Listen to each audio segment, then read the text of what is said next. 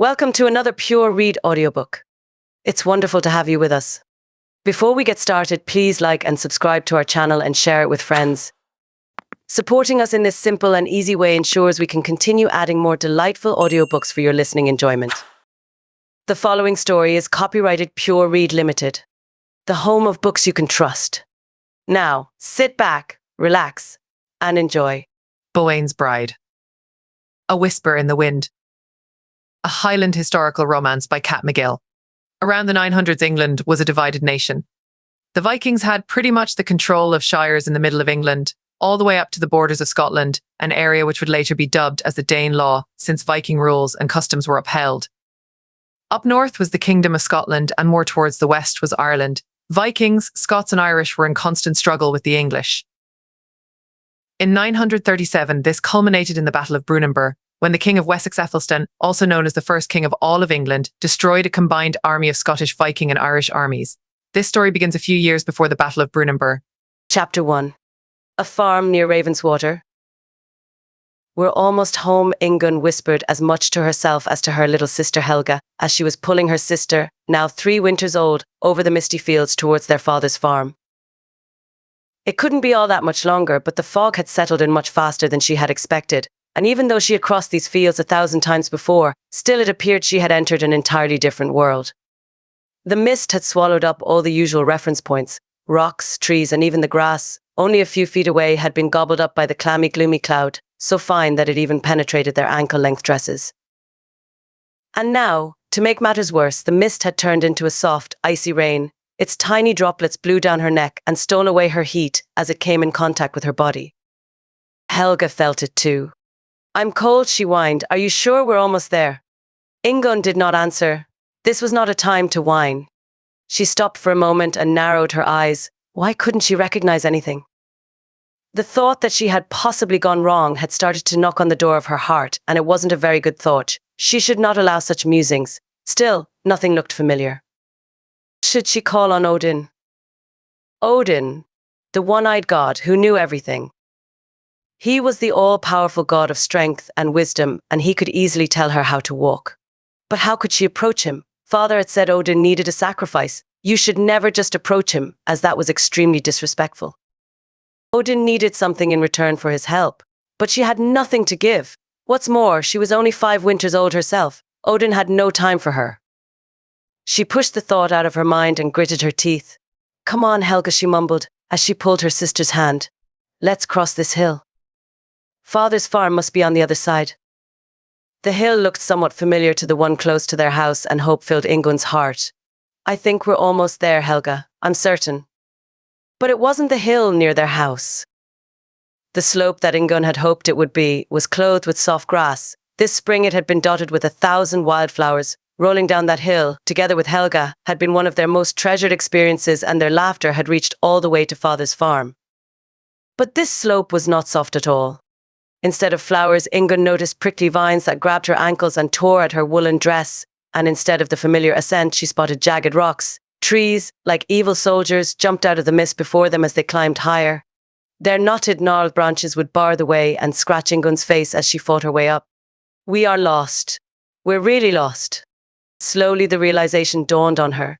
It was a terrifying thought.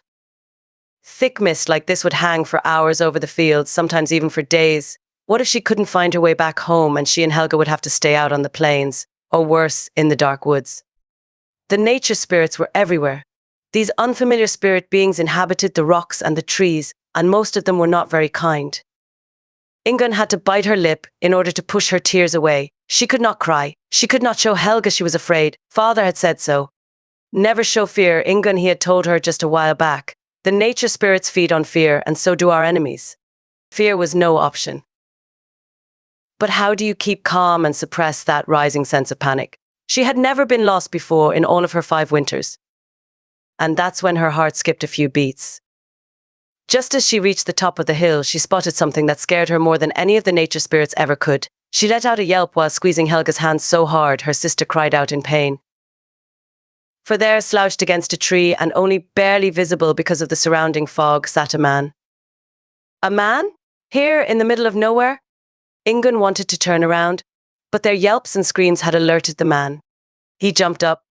Ingunn shuddered as she saw the gleaming sword in the man's hand. She felt the man's eyes boring into her, and for a moment all she could think of was to run. She had to get away from there. She had to watch over her sister. But she couldn't move. It was as if she was paralyzed by fear. Then something strange happened. The man gave her a weak smile and lowered his sword. A smile? Ingunn heaved a little sigh of relief, although all her muscles were tense. Then the thought struck her that this man could possibly point them into the right direction. "Hello," the man said. "How are ye doing?" He spoke in a weird manner. Ingunn had never heard a man speak like that with such a thick accent, and she wasn't quite sure how to respond.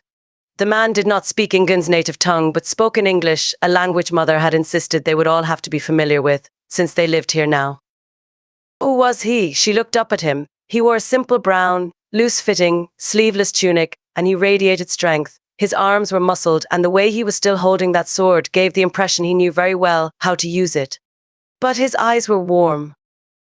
That was strange too. Strangers were dangerous, and should be avoided at all cost. They would displease the gods and would almost always infuriate them. Svanlog had said so, and he should know. He was the high priest. But even though Ingunn would never admit it, Svanlog terrified her. He always spoke of terrible things when he was making the sacrifices to Odin and Thor and the many other gods they had to please, and his steely eyes always seemed to look straight through her as he hurled his warnings at her and her family. But these eyes were different. They somehow seemed soft and were filled with a sense of compassion. "What's your name?" he asked again in that same strange drawl. Ingunn figured he wanted to know her name. She swallowed hard and licked her lips. "I am Ingunn. This is my sister Helga. We are lost." "Are you now?" the man replied, and to Ingunn's relief, he put his sword away. "Where are you supposed to go?" The man took a step into their direction and approached through the mist. Instinctively, Ingunn stepped backwards while she pulled Helga along with her. "Don't be afraid," the man said. "I mean you no harm." Ingunn's eyes widened as she now noticed the man was wounded. He was limping and his right leg had a cut that had been bleeding. It wasn't bleeding now, probably because the man had wound a cloth around the wound, but it didn't look pretty. The man seemed to notice Ingunn's dismay, and he shook his head. "It's nothing, really. An accident." Ingunn had never seen a wounded man, but she knew enough to know that this man had not been an accident. This wound was the result of some sort of fight. She had heard plenty of stories of battles and fights. Some of the more outspoken friends of father, especially after they had been filling their bellies with sufficient ale, seemed to love nothing more than telling of their great exploits in battle, and they never seemed to skip on the bloody details. She had never seen her father in a fight, but he apparently had done his share in battle. He had come from the north on a long ship in search of good land to cultivate, years before she had been born, and that had not always been a peaceful endeavour. He had finally settled near Ravenswater on the farm where she and Helga were born. "This world is a dangerous place," Ingunn father had told her one day with a serious look. "Even the women should be prepared to fight." Ingunn had nodded, but she secretly hoped all that violence would pass her by, and she would never be called to fight. But now, seeing this stranger in the mist, she knew father was right. This world was a dangerous place, and one could not be careful enough. The man pressed his parched lips together. "You are right, little Ingunn. I was in a fight. Those West Saxons, they are on my trail." Ingunn's eyes widened. "Why?" "I am Scottish, little one. The West Saxon King Athelstan doesn't trust us Scottish," and his voice trailed off. The man's words were soft, and he spoke with a sad expression. This man was a warrior, all right, but somehow Ingunn's fears faded away. In some ways he reminded her of father, strong, courageous, but not cruel and heartless. She had heard the name of King Athelstan before, but had never given it much attention, but now that she heard this stranger talk about the man, she recalled some of the men talk about him during one of their worship services for Odin. Apparently the man was a real monster. "What are you doing here?" Ingunn asked in a small voice, not knowing what else to say. "I put a cloth around my wound," the man stated simply, "and I rested. I was followed by West Saxon men, but they lost my trail. God be praised for this mist." God be praised. Did that man praise Odin too? Odin surely was a great god if even the Scots worshipped him. "I am cold," Helga's voice called out as she pulled on Ingunn's arm. "I want to go home." Her little lip trembled as she spoke in a small voice. "Are we really lost?" Ingunn pulled Helga close and put her arms around her sister and wanted to say something, but before she could open her mouth, the stranger answered, "Don't worry, little ones. I'll bring you home." Ingunn looked up, and a frown formed on her little forehead. "Do you know where we live?" The man smiled. "Nay, but you do. I've got my horse here." Ingun's breath stopped for a second. A horse? That man had a horse? She had always wanted to sit on one. Where? The man whistled, and only seconds later, a beautiful white stallion stepped through the mist from behind a bush and whinnied. Meet Baltair, the man said. He's been my faithful companion in many a battle. Ingun marvelled. What a beautiful horse it was. The horse shook his stately head, causing his mans to fly through the air as if they were flames, and his muscles seemed tight and strong. Ingun had now lost all fear for this stranger. She pulled Helga along as she walked towards Baltair. Can I pat him? You can do more than pat him, the stranger said. Let me put you on his back. He bent over, and with one swift move, he lifted both Ingun and Helga off the ground and placed them on the back of Baltair. Then, in another skillful move, he jumped on as well. I'm scared, Ingun, Helga whined. Ingun pulled her close and pressed one arm around her sister while she held on to the mans of Baltair with the other hand. But then she felt the strong arm of the stranger around her waist. He wasn't going to let them fall off.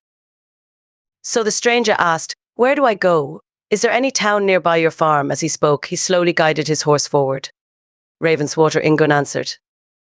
That's it, the man let out a laugh. And I thought you were lost. We'll be there in 5 minutes. What were you doing out here anyway? Little ones like you shouldn't be out in these woods by themselves. Ingun's pride was a little bit hurt. Berries, she replied, and then decided maybe the man wasn't so nice after all. Maybe she shouldn't talk too much to him. By the way, the man said with a chuckle, my name is Eocan. Are you hungry? At the mention of food, Ingun sat up straight. She was famished. She could always wait with giving the man the silent treatment. She nodded enthusiastically, and a second later, both she and Ingun were holding a chunk of dark brown bread, while Eocan directed Baltair towards Ravenswater in search of their father's farm. Chapter 2. It didn't take Eohan very long to find the farm. Ingun almost immediately recognized where they were and gave clear directions. Soon, several wooden constructions with thatched roofs, partly shrouded in the mist and surrounded by trees and slopes, came in sight. Logs were strategically placed against the sagging walls of the houses for support, and dark smoke twirled out of a hole in the roof of the biggest house. That's our farm, Ingun pointed to it while she looked up at Eohan. There on the side is where Helga and I usually sleep. Nice, Eohan said as he nodded. Looks like you have a nice place, and without warning he lifted both girls off his horse and in the same move lowered them to the ground. Goodbye, Ingun and Helga, he said while he shook his finger around as a warning. Don't you girls get lost again. Next time I may not be around. Ingun narrowed her eyes. Aren't you coming in? Mother can treat your wound. You have been kind to us and maybe we have some broth for you. Ingun had felt safe with Eohan and wasn't about to let him go. Eohan wrinkled his nose. He knew he needed the rest, and the prospect of having someone look after his wounds was very tempting. On the other hand, he needed to move back to his clan. He had lost his pursuers, but he wasn't safe until he was back on his own grounds. I am a Scotsman, Ingun. You are from the north. I am not so sure your father will be too happy to have a wounded Scotsman in his house. Please, Ingun pleaded. You yourself said you were tired. Let me talk to father and mother. You wait here. Eocan wanted to answer, but without waiting for his reply, the girl took her sister's hand and walked down the hill in the direction of their farm. All right, he would wait. 15 minutes later, Ingun returned, wildly waving her hands. She was accompanied by a large white wolfish dog that was barking furiously while showing its fangs. You're welcome, Ingun cried out, and we even have some hay for Baltair. Behind her appeared a sturdy man with an enormous beard and long hair who eyed Eocan suspiciously. Surely it was her father. He was carrying an enormous pitchfork and Eohan shifted uneasily on his horse. These folks were Vikings, fierce warriors and well known for their skill in battle. Seeing the grim look on the man's face and hearing the growls of the dog, he wasn't sure what to expect. He had just wanted to be kind to the girls, but would this man believe his daughter? Snorri quiet, Ingun cried out in a hoarse voice to the dog. To Eohan's surprise, the dog obeyed and cautiously sniffed at the legs of Baltair. Eohan patted the horse's neck to reassure him that all was well. You are badly wounded, Ingun's father said in a deep, rather gruff voice. Who did this to you? The West Saxon, Eohan replied. As he leaned forward on his horse, he felt weak and dizzy. The last time he had felt this way was quite some time ago at the wedding feast of Ulgar, but then he had been drinking too much. Why was he feeling that way now? What are the West Saxon doing here? Ingun's father asked, a scowl on his face. They have no business here. This land belongs to the Norsemen. I don't know, Eohan sighed. His head began to spin and he felt his stomach churning. I met them not too far from here. They were fully armed and we got in a fight. I killed one of them, but I fled. They swore he couldn't finish his sentence. It felt as if a load of stones was being dumped on his back and he fell forward. He let out a scream, trying to keep his balance, but he could not find any support. Then all became black. Eochain? Wake up. Ingun was pulling on the man's arm. He did not respond. His face was pale and his breath labored.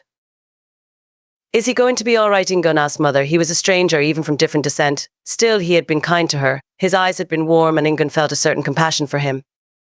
He has lost a lot of blood, Mother had said. Just let him be. He may not wake up until the morning. When Eochain had fallen off his horse and landed on the ground, Father had stepped in and dragged the man inside their house. A man who helped my 2 daughters deserves our respect, he mumbled. What's more, the enemy of King Athelstan is our friend.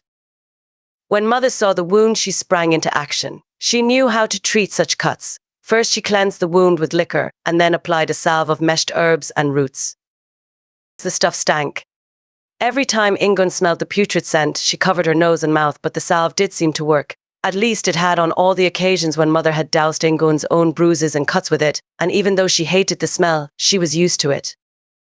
But one thing she was not used to, at least not yet, was seeing wounded people. War and violence filled her with dread. Nevertheless, war was their way of life. After all, Odin himself was first and foremost a god of war and battle. Since he was the most important god, and the most powerful, war and violence were to be expected, it was all the men talked about on those dark nights around the fire when they met at each other's farms, after the day's work was done. All their legends and stories were of the battles of the gods and the mighty exploits in battle of the warriors themselves. Even though these stories were exciting and were told in great detail, especially after the ale had been abundantly flowing, still to Ingun, war just didn't seem right. Today it had come close. Is he going to die? Mother Ingun asked as she placed her hand on Eochain's arm. Her lips trembled. Mother smiled. He is weak, Ingun. It's a wonder he could still carry you girls safely home. But don't worry, if he dies, he surely will go to Valhalla. He did a very good deed in helping you girls. Ingun nodded. Going to Valhalla was, of course, very nice. That was Odin's throne room, and she had heard stories of how enormously big the place was. Roger, one of the neighbor boys, had told her that those who entered would be given lots and lots of swine meat to eat, and the warrior could drink unlimited rivers of honey wine. That was supposedly really nice. Still, she preferred if Johan would just open his eyes. At that instant, Snorri began to bark. Father and Mother both looked up. A visitor, Father said as he arched his brow. This late. Wasn't Armut supposed to come by and pick up the grain, Mother suggested, but Father shook his head. Never in the dark. He never works after dark. He got up from his wooden seat and walked over to the door. Snorri kept on growling. Someone is here, Father whispered. He turned to Mother. Torhild, watch Helga and Ingun, while Snorri and I take a look. Father positioned himself behind the door and pushed it open. It creaked. And what do you see? Mother asked. Father shrugged his shoulders. Nothing much. Ingun stared from behind her mother's dress and held her breath.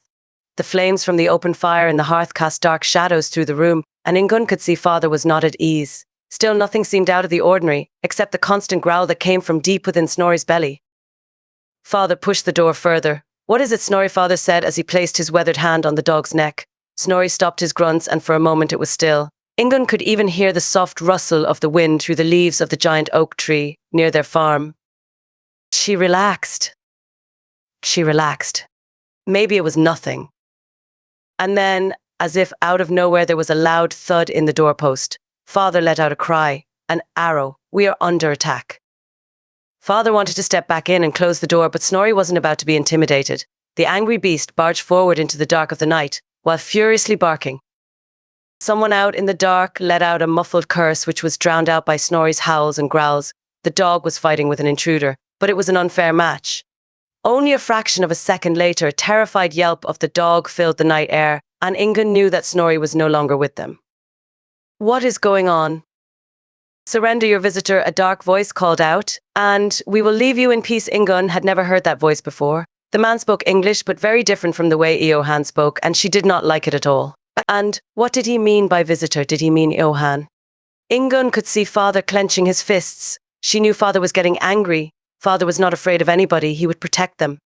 Whoever you are, Father called back, you have no business here.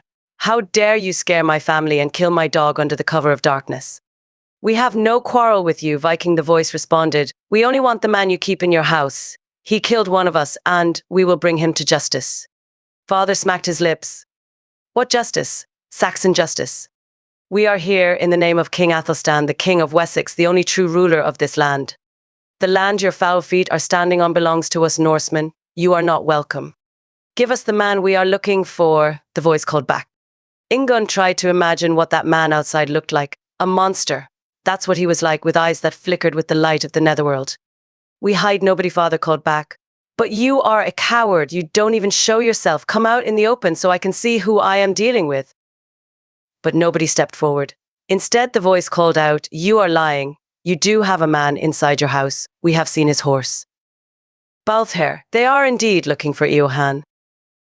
Ingunn knew Father would not just give in. He hated the English as much as Eocan, and he wasn't about to be commandeered by some vague shadow in the dark who dared not show his face. Thus she braced herself for whatever would be coming. We have surrounded your farm, Viking. Be sensible, the voice cried out. Father responded by stepping back while he slammed the door shut. Ingunn could now clearly see the furious look of rage that was painted on his face as he grabbed his battle axe that was standing in the corner. Get your bow, Toril, he hissed. Then he turned to Ingunn and Helga. You girls crawl under the bed, he said, his voice tense and harsh. He pointed his finger at Ingunn. Take care of your sister, Ingunn, and whatever happens, children, he said in short gasps, only come out when I call you. Within seconds, Ingunn and Helga were under the bed. Helga was crying, but Ingunn pulled her close and took her in a tight embrace. Don't you worry, Helga, she whispered. Odin will help Father. The bad men will soon be gone. As she stroked her sister's hair, she closed her eyes in an effort to blot out the fear and softly prayed. Odin, I know I am not supposed to talk to you without giving you my offerings, but I have no time to find you anything. There's nothing I can give you right now. But I promise you I will give you something as soon as I can, as long as you help us. It felt good to pray like that. Surely Odin would understand. She could count on his help. She kept her eyes closed and whispered more words of comfort to Helga, while at the same time listening to all the sounds around her. She heard how Father opened the door. Somebody screamed. A sigh, a yell. A body fell to the floor. Now there was cheering outside, and a strange, high-pitched yell from Mother. Heavy boots entered. Ingunn heard a body tumbling on the floor. Was that Mother? Oh, Odin, please help. More boots. More noise. The sound of steel, mixed with curses and nervous laughter. A thud, another scream, a moan. Odin, please. Just then an icy voice right near the bed hissed, You wicked woman of the north, did you Vikings really think you could just take our land and get away with it? Now, Ingunn opened her eyes. She could no longer keep them closed. As she stared out from under the bed, she saw the most terrifying sight. Near the door was Father.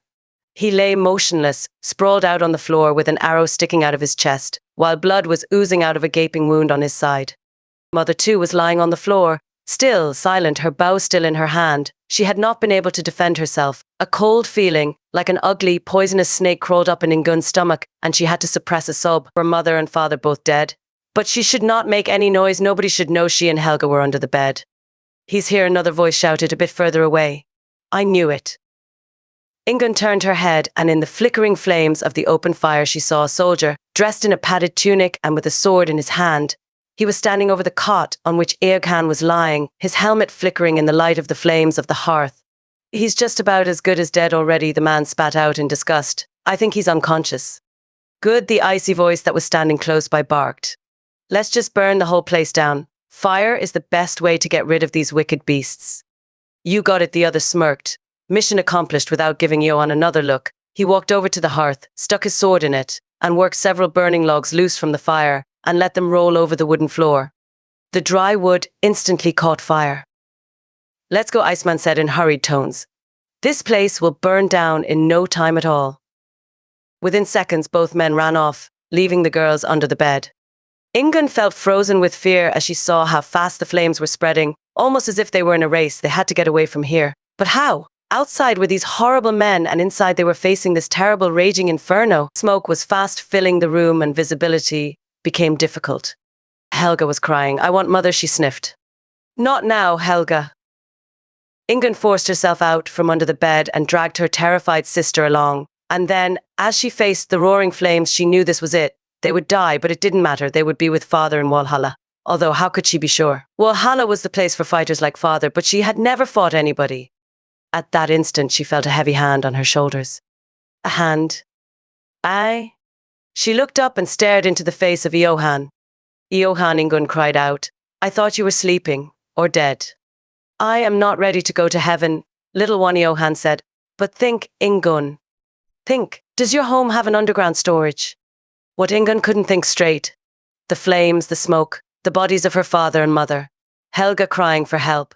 She stared helplessly at Johan. Come on, Ingunn. Johan placed his hands on her shoulders. Think, I know most of you folks have such a place. An underground storage.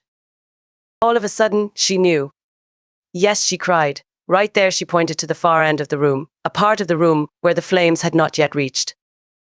Come on, Johan jerked around and pulled both girls along. Within seconds, he had found it. Several wooden planks, tied together with a rope, formed a door-like construction, and Johan pulled it open. A dark, musty hole appeared that was used to store certain items and keep them cool so they could be preserved better. Get in. Now he ordered Ingunn and Helga. Both girls jumped. As soon as they had disappeared into the dark, Johan followed, pulling the place shut again with the door. It was a crowded, dirty, musty place, but if they were lucky, they would survive the fire. Here, there was nothing that would burn except the board that covered them. You better say your prayers, Johan whispered as he pulled both girls to his chest. Then God will keep us safe.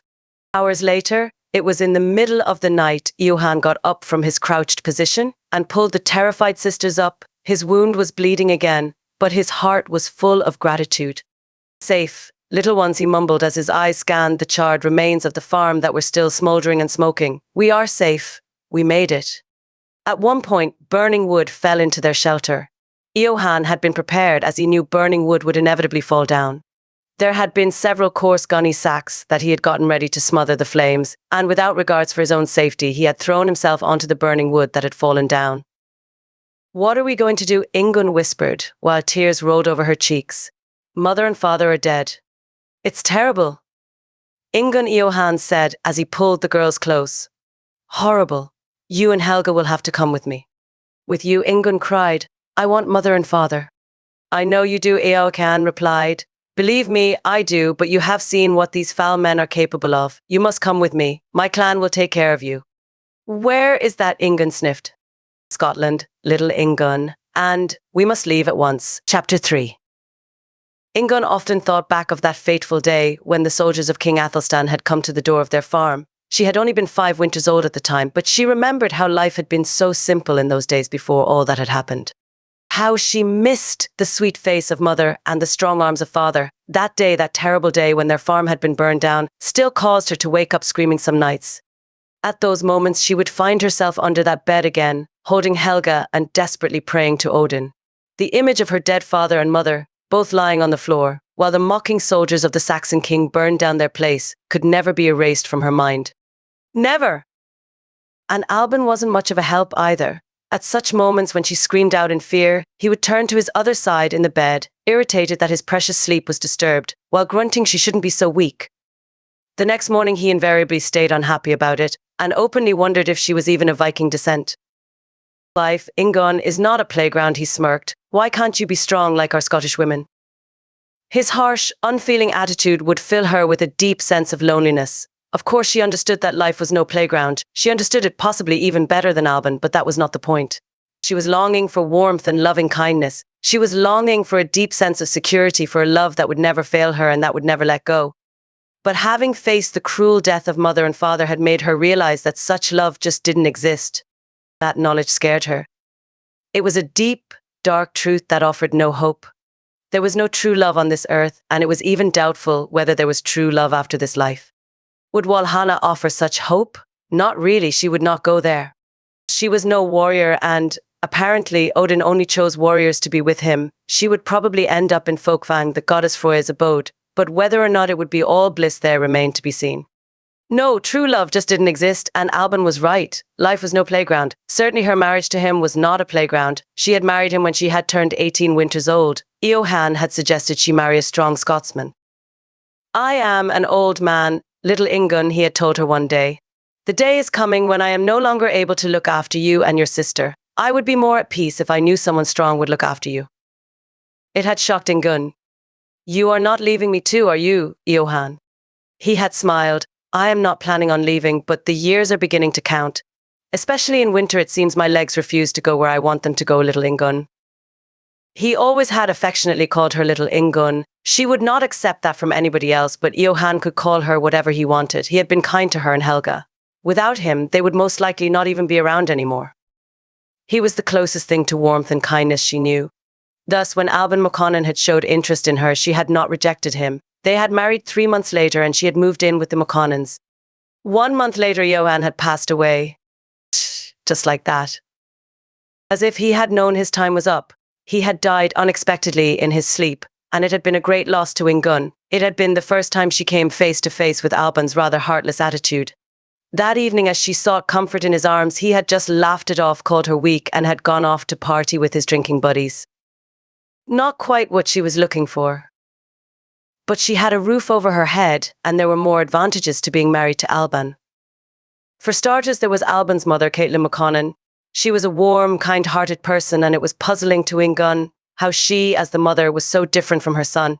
She radiated a deep sense of peace that was not easily shaken, not even in the midst of trouble, and she had seen her share of trouble. Different people had told Ingun that Caitlin had been deeply in love with her husband, a strong red-headed warrior by the name of Sinead, which apparently meant as much as born of fire. He was known as a just and righteous man, had united their kinsmen, and had become the clan leader. But then came that dreadful and unexpected day when Caitlin found her husband dead in his bed one morning. There had been no indication of him being sick. Nothing pointed to a serious problem. Just the night before, he had partied until late and had eaten a sumptuous meal. He had been his jolly self, and then, the next morning, he was gone. Just like that, leaving Caitlin and her young sons destitute.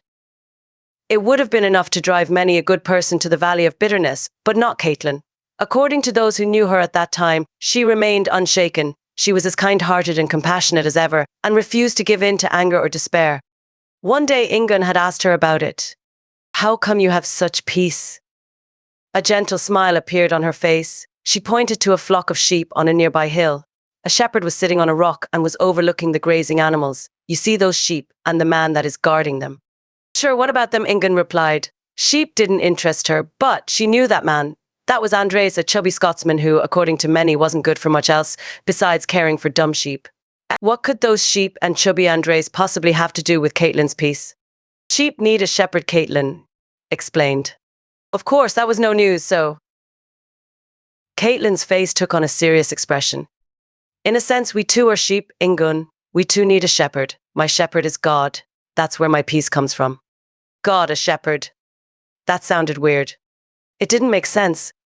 Odin was nothing like chubby Andres sitting on a hill doing nothing. Odin was strong, even fearsome. Odin was always busy fighting and conquering, possibly even feasting. The idea of comparing Odin to a shepherd seemed rather strange. But it seemed to work for Caitlin. She was happy. She did have a deep sense of peace, a peace that Ingun had never felt. Maybe one day she would find out the real reason. And there was another reason Ingun was happy to belong to Alban's household. There was Helga too. Even before Alban had gotten romantically involved with Ingun, Alban's brother Alistair had fallen in love with Helga. They had been talking about marriage way before Alban had even proposed, but because Alban was the eldest, marriage was put off until she and Alban had married. But then, when she and Alban had married, the way had been clear, and the two married 2 full moons later. Wonderful. That was a blessing and a reason to celebrate, for it also meant the 2 sisters would still live closely together. Even though Helga was now old enough to make her own decisions, Ingun still felt responsible for her, and thus she could continue to look after her. This was a true gift of the gods. Alistair, like his mother, seemed a lot softer than Alban, but maybe that was because the responsibility of the McConnon clan rested almost entirely on Alban's shoulders, and not on Alistair's. Ingun suspected this in itself was one of the reasons Alban was so cross and sharp. His mother's teachings about shepherds and sheep didn't seem to work for Alban, although Ingun wished many times it would. Living with him was just plain difficult. But this particular morning, when Ingun was already bracing herself for his customary snarls that would usually be hurled around as his way of opening the day, she was only met by a soft moan. Instead of the sound of his heavy boots stamping around impatiently on the ground, and his harsh voice demanding breakfast, he whispered in a small voice that he was thirsty and he needed her help in getting up. Alban needs help. Ingun knew Alban needed to get up at dawn as some important trading needed to be done with Fowlin McLallan, a farmer on the other side of the mountain. but he was in no shape for any serious business. Was he sick? Are you all right, Albin, she asked. As she leaned over to take a better look, her hair fell into his face, and while that would normally have caused him to erupt in shouting out a string of angry curses, today he weakly panted, "Your hair, it tickles me." Sorry, Ingunn pulled her hair away. You seem sick. He gave her a small nod and whispered, "Adina Unnerston, I am not feeling too good." What's wrong, Ingunn asked, alarm rising in her chest. Albin shrugged his shoulders. Headache, pain in my stomach, dizzy.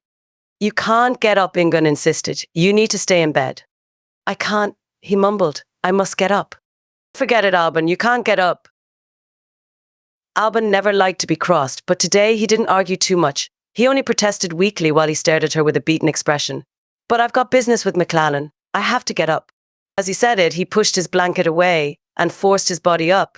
He looked unusually pale and was struggling to keep his balance. He started, but it was all he could say. He gasped and then fell back on his bed. Albin, Ingunn cried out and pulled his arm. By Odin's beard, what can I do to help? He did not answer, but just groaned and seemed altogether in a different world. What to do now? He was shivering all over, and drops of sweat had begun to form on his forehead. What in the world was wrong with him? En never felt this way, Albin quavered at last. Gee, get my mother. Of course. Caitlin would know what to do. Ingunn jumped out of bed and forced herself into her clothes. She was ready in record time. I'll get your mother, Albin, she whispered. Just hang in there. Before she ran out, she stared at Albin one last time and was battling a wide range of emotions. Perhaps Albin was not the love of her life, but he was her provider and the son of dear Caitlin. Seeing him like this was certainly painful. She bit her lower lip and mumbled a short prayer. Make him better, Odin. Of course, prayer never really did anything for you. Still, it just felt right to call on Odin. It gave her the feeling that at least she was doing all she could to help. Then she stormed out the door in search of Caitlin. As soon as she entered Caitlin's place, she knew something was terribly wrong here as well. Caitlin was sitting on a stool next to Alistair's bed and was holding his hand. Her sister Helga was there too. She was crouched over the bed on the other side and was weeping like Ingunn had never heard her weep before. As Ingunn stared at the scene, a terrible dark hand seemed to grab her chest and tried to squeeze all the air out. Is everything all right? She asked at last, knowing full well it was not, but it was the only thing she could utter. Caitlin looked up and stared for a long while into Ingunn's eyes. Her blue eyes held a deep sadness, and yet the determination that Ingunn admired so much still shone from her face. It almost gave her a queenly appearance. She let go of Alistair's hand, moved her long brown braids to her back, and after she had licked her lips, she spoke in a clear voice. My son Alistair has just died. Her words were soft, but if 1,000 warriors would have cried the same words, it would not have been louder. Alistair is dead? The news hit Ingunn like a cart filled with logs, and she felt her stomach churning. She tried to speak, but no other words would come out of her mouth. Helga looked up, her face stained with tears. My dear Alistair is no more. For a moment, Ingunn forgot her own fears. She ran over to Helga and took her heartbroken sister in her arms. It caused more wails and cries to erupt from Helga's throat. Ingunn pulled her as close to her chest as on that terrible day under the bed, so long ago when father and mother had died at the hands of the evil soldiers of King Athelstan. Don't worry, Helga, Ingunn whispered. Odin will help. It's going to be all right. She recalled she had spoken the exact same words to Helga that day, and she knew full well that things were not going to be all right. And Helga, no longer 3 years old, didn't believe it either. It's not going to be all right, she blubbered while burying her head in Ingunn's embrace. Today, the light of my life has been snuffed out. Alistair is dead. It's easy for you to say things will work out. You've got Alban, but my love has died. Alban? With a shock, Ingunn realized there was a reason she was here in the first place. Alban was sick as well. Was he being hit with the same strange disease? A terrifying darkness settled over Ingunn's mind as she whispered, barely audible, what happened to Alistair? He woke up sick this morning, Helga sniffed. Headache, pain in his stomach. He tried to get up, but he couldn't.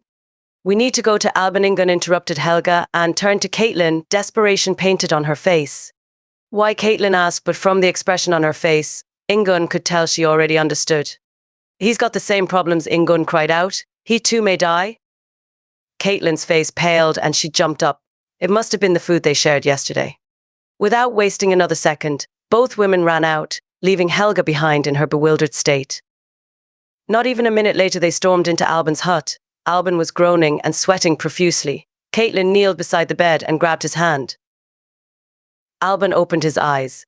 When he saw the face of his mother, a weak smile formed around his parched lips, and he whispered something. Ingunn could barely hear it, but she understood what Alban was asking. "Pray for me, mother. I am dying." Caitlin's voice was choked with emotion as she answered. It sounded hoarse, not like the voice Ingunn was used to, but as she prayed, her words were clear. Ingunn dared not to even make a move while Alban's mother was talking to the gods. Her words startled her. "Oh, my father, if it be possible, let this cup pass from me, nevertheless, not as I will, but as thou wilt. Shall I receive good at the hand of God, and shall I not receive evil?" Ingunn bit her lower lip. One could not talk to the gods like that. Odin wasn't a father, he was a warrior, a mighty king. The way Caitlin was praying made it feel like there was a certain gentleness, a reverence, almost as if the god she was talking to was her friend. Gods were not the friends of humans. That was not possible, she was not familiar with such a god. She had never heard about the friendship of Odin. There was no gentleness with him. The only way she could picture Odin, if she even dared to do so, was the picture the high priest Svanlog had given her. Strong, unapproachable, the patron of rulers and outcasts, and yet wild, cruel, and given to the lowest forms of debauchery. Odin was no father, he was a king. And why did she not make a sacrifice? At such a terrible time, a sacrifice was the least that she could do to gain Odin's favor.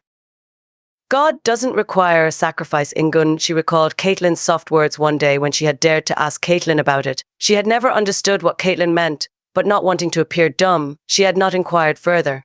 Actually, she didn't have to. Whatever Caitlin said couldn't be true. Of course Odin required a sacrifice. Or did he?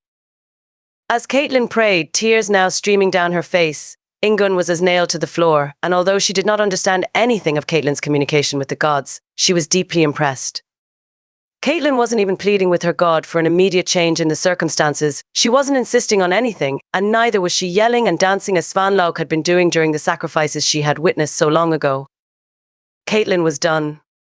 Alban was mumbling something. Caitlin lowered her head. "What is it, my son?" Alban mumbled again and nodded. Then she turned to Ingunn. "Alban wants to say something to you." Ingunn shook out of her reverie and moved to the other side of the bed where she took Alban's other hand in hers. Alban had lost his natural, healthy colour, and his face was strangely pale. It had an almost greenish tint. He looked into her eyes and whispered something. Ingunn lowered her ears. "I am here, Alban," she whispered back. "What is it?" Alban licked his lips. "I am dying, but I have not treated you well." He could barely speak and his breath was laboured. "Selfish, Will. You forgive me." Forgive Alban? Nobody had ever asked her such a question. As far as she could remember, nobody had ever wanted forgiveness. But of course she would forgive Alban. "Yes, Alban, I do. Of course I do." It almost seemed as if Alban was relieved and there was a hint of a faint smile. But Ingunn could not be certain. He squeezed her hand and tried to say more. "Father, help her." Ingunn wanted to ask him what he meant, but Alban closed his eyes and let out a soft sigh. Then his head tilted a bit to the side, and at the same time, it seemed the life forces left his body. Ingunn's eyes widened and she looked up in alarm at Caitlin. Alban's mother looked back. The tears in her eyes sparkled in the morning light, and after she had licked her lips, she mumbled, "Alban is dead. He too has passed on. The Lord gave, and the Lord hath taken away. Blessed be the name of the Lord. My sons will be waiting for me." A deep sadness rolled into Ingunn's heart. This had been a terrible day. She and Helga had both lost their husbands, and Caitlin had lost her precious sons. She half expected Caitlin to break out into wails and sobs, and maybe even a bitter curse or two, but it never came. Instead, Caitlin walked over to Ingunn and took her in a warm embrace. "God bless you, my daughter," she spoke. "This has been a great loss, but we will not give in to despair. I want you to know I will always be there for you." A deep sympathy for Caitlin warmed Ingunn's heart. Her loss was much greater than hers, and the future looked rather bleak. Even though Caitlin meant well, there really wasn't a whole lot she could do. Her sons, one of whom had been the clan leader, was dead, and their means of support and protection was gone. The only thing they could do now was to throw themselves on the mercies of others and hope for the best. "I don't know what tomorrow will bring," Ingunn whispered as she wiped a tear out of her eye. Things never looked so dark. "What tomorrow may bring is already known to God," Ingunn Caitlin replied. "Tomorrow is a mystery to us, but he's already there. He will always hold us." Ingunn marveled. Clearly the god of Caitlin was very different from Odin.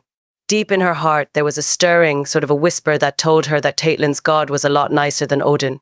But that was a scary thought, as Odin was the biggest of all the gods, and definitely the most powerful. Thus it was safer to not make waves and possibly upset Odin. No, she would not inquire after the god of Caitlin. But she secretly longed to be held in the arms of a strong, warm god who would not let her fall when things went wrong. Chapter 4. We need fighting men, the Norseman spoke while he poked with his sword in the fire. His companion, a ruddy Scot by the name of Cedric McGuane, nodded vigorously with his head and then ripped a strip of meat from the bone in his hand with his teeth. While chewing loudly and smacking his lips, he mumbled with a full mouth, lots of fighting men. Ingunn stared at Dougal and wondered what the man would say. The bulky man frowned as he stared at the two visitors. His eyes lit up in the light of the flames of the open fire. Ever since Alban had passed away, Dougal had taken on the role of clan leader and was now in charge of the main decisions. Alban had been a hard man, but compared to Dougal, you could almost call him a softie. Dougal was a man of force, loud and outspoken. Justice, mercy and kindness were nothing more to him than annoying words, something they found out almost as soon as he became the clan leader. He had little interest in Caitlin's situation. An older woman without a husband and no sons to support her meant an unnecessary strain on the community. After much pleading from Caitlin, he begrudgingly agreed to take care of her. But then there was the matter of Ingunn and Helga. They weren't even Scottish. I owe it to Alban to take care of you, he told Caitlin, but why should I be bothered by these two Viking girls? It was clear that he didn't care much for the people from the north, and even wrinkled his nose when he uttered the word Viking. Let them return to where they came from. Their own people can take care of them, so they will not be a burden to our community. Please, Dougal, Caitlin cried. They have been with us for many years and were married to my two sons. At last, probably just to get Caitlin off his back because she kept pestering him about it, she and Helga were allowed to stick around. For now, Dougal had made it abundantly clear that in case of any trouble or hardship, they would be the first to go. And now it seemed trouble and hardship were on the horizon. The two visitors had been spotted roaming around the camp, had been caught by some clansmen, and were brought before Dougal. But it soon turned out they were no thieves, no spies, and no outlaws, but two warriors sent out by Constantine, the ruler of Alba, to recruit men for an army and an upcoming battle. So you are asking my men to fight? Why and who for? Dougal asked the two men. War is inevitable, the Norseman, who had introduced himself as Ragnar Guthrum, replied. King Athelstan from Wessex is gathering his armies for a decisive battle. He wants to finish us off once and for all. He clenched his fists and grunted, we need to stop that man. Dougal shifted uneasily to another position. Why would I help you, a mere Viking, he asked, while he wrinkled his nose, clearly showing his disdain for the man. The Scotsman, McGuane, noticed it and apparently thought it was time to take over. He cleared his throat and said, Brother Dougal, I had the same question at the time, but the battle that is approaching is not just Athelstan's attempt to remove the Vikings from England. He wants to rule all of England, including our land and even Ireland. Thus, I have been ordered by King Constantine to gather the forces.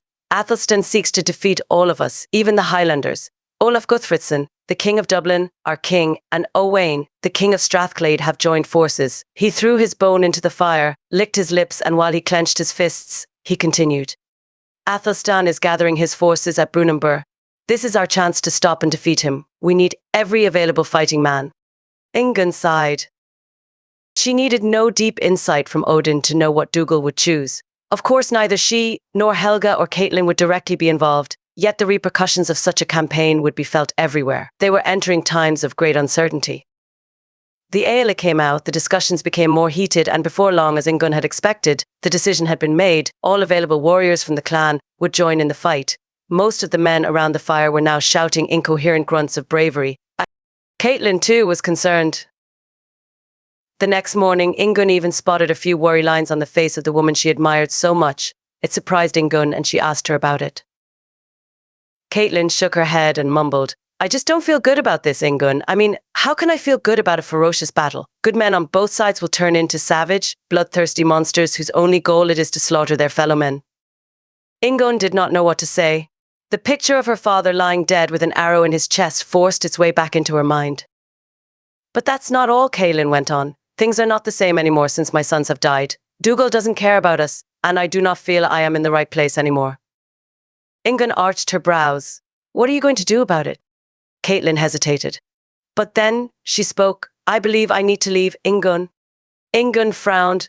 Leave? Where are you going? To the Highlands. I was born there. It's my land. I talked with Cedric McGuane. He is from the same area, and he told me I still may have relatives there. If so, they could help me to readjust. I love the Highlands, Ingun. In any case, it will be much safer for me there than here with Dougal leading the clan. You really think Dougal will drop you if things go bad? Ingun could hardly believe the man could be so cruel and unfeeling. You don't know Dougal as I do, Ingun. Don't forget, I have no blood ties to Dougal. I am not his responsibility. Believe me, he'll drop me at the first possibility. But there in the Highlands, even though it would be very tough, it will be better for me. But what about us? Ingun exclaimed, trying to suppress the rising sense of panic. Even though her marriage to Alban had been hardly romantic and she was relieved she was no longer exposed to his cruel tongue lashings, still his death had been painful. But to hear that Caitlin was considering moving away was a blow that she was not prepared for. Go back to your own people, Ingun. But ... I don't want to. You have been so good to me, Caitlin. I don't want to be without you. She grabbed Caitlin's hands and squeezed them. Was that a tear she saw in Caitlin's eye? You'll be much better off with your own people in Ravenswater, Caitlin replied in a barely audible voice. The Highlands are rough. Life there is extremely hard. People often go hungry and it's cold and wet, and the people are not kind to strangers. Don't forget that you and Helga are from Viking descent. She smacked her lips and shook her head. No, Ingun, it's better you go. You must have relatives in Ravenswater. I probably do, Ingun said, although she did not care for any of them. But I belong with you. I was married to Alban. What's more, Helga and I have been gone for so many winters that all my acquaintances may have died. God will guide you, dear Ingun. God? Odin? Ingun curled her lip. Why can't God make things nice? Why does everything have to be so complicated?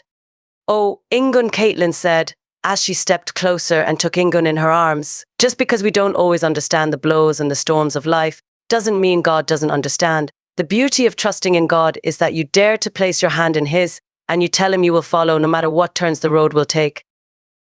Ingun had fought hard to keep from crying, but Caitlin's gentle words seeped through the shell of her confused heart and big, salty tears rolled through the cracks and came out of her eyes.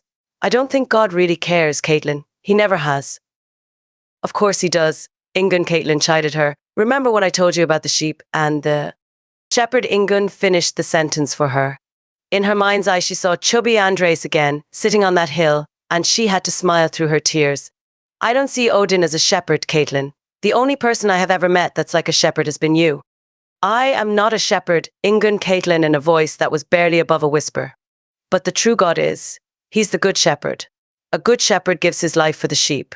But a hireling, he who is not a shepherd, one who does not own the sheep, sees the wolf coming and leaves the sheep and flees, and the wolf catches the sheep and scatters them. Ingun stared at Caitlin, but did not understand what she meant. People like Dougal and many others, they will all let us down, Ingun. But God will never let us down. It's why we will have to move. We are not Dougal's sheep. He will drop us when the going gets tough. Thus I will move to the Highlands, and you and Helga will have to move back to Ravenswater. For the rest of the day, it was as if a thick mist hung over Ingun's head. She could not think clearly, and she constantly had to fight back her tears. She tearfully shared with Helga what Caitlin had told her, and to Ingun's surprise, Helga almost seemed relieved. Much better, Helga mumbled. There's nothing for us here anymore now that Alistair is dead. Ingun understood. Helga had truly loved Alistair, and everything here reminded her of what she no longer had, but going back to Ravenswater in search of possible acquaintances did not appeal to Ingun at all. What if we can't find any relatives, or they have all died, she argued. Helga's reaction was firm. Her face carried a scowl and she shook her index finger around when she said in sharp tones, Don't kid yourself, Ingun. We are from the north and are no longer wanted here. We are Vikings. We are an entirely different race. We belong to Odin. The god these Scots are worshipping is weak and gooey. Helga's answer shocked Ingun. The god of the Scots was weak and gooey. It was true. In all her talks with Caitlin, the things that always stood out were things like forgiveness, mercy, kindness. Not one Viking god was like that.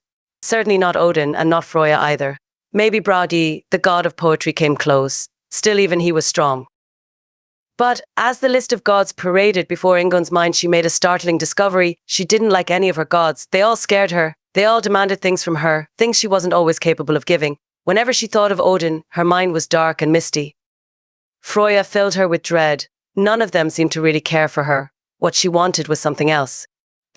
She knew what it was, but she didn't dare to admit it, not even to herself, let alone to Helga. At last, without even really wanting to say it, she whispered, Odin has never really helped me.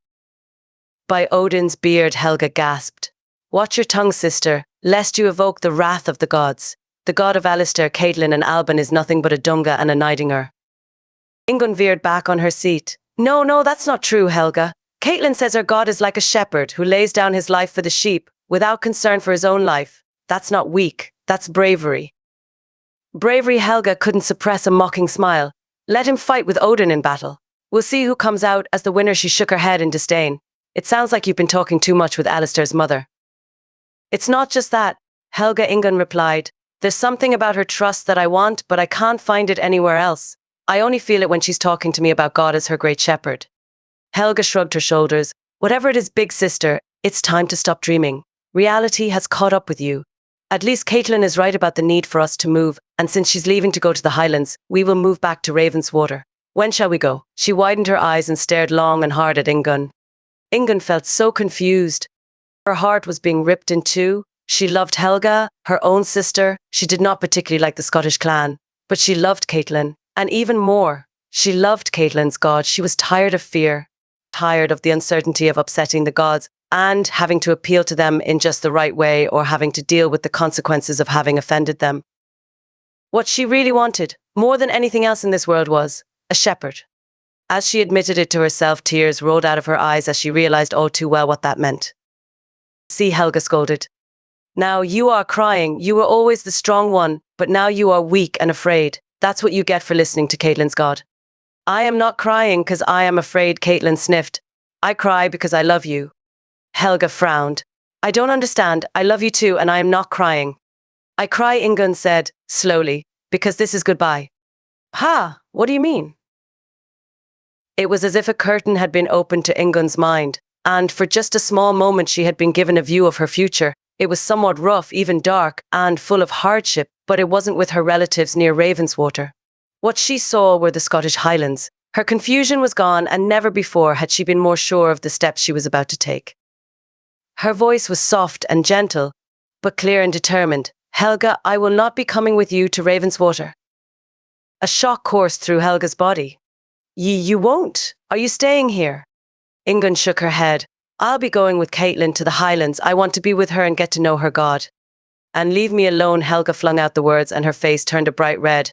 How dare you do such a selfish thing? You are responsible for me, now that Alistair is gone. Odin will be so displeased. Your future is...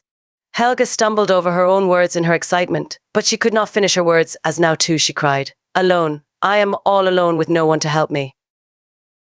Ingunn pulled her close and kissed her forehead. I love you, sister, more than words can tell. But I have to go. I have never been more sure of anything in my whole life, she thought for a moment. Come with us, Helga. We'll take care of you. A flash of anger washed over Helga's face. To the Highlands? Never, never, never, never. She shook her head in disgust and spat out. And Caitlin, does she even know you want to come with her? Ingunn shook her head. I only knew it myself since a few minutes, Helga. I think her god is calling me.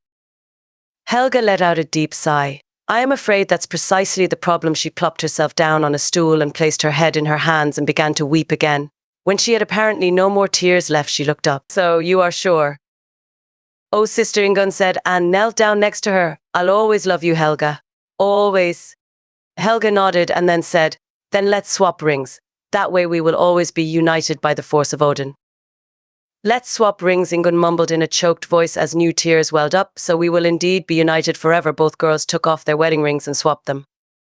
What the future would hold, Ingunn did not know, but if Caitlin was right, her god was already there and he would help them both.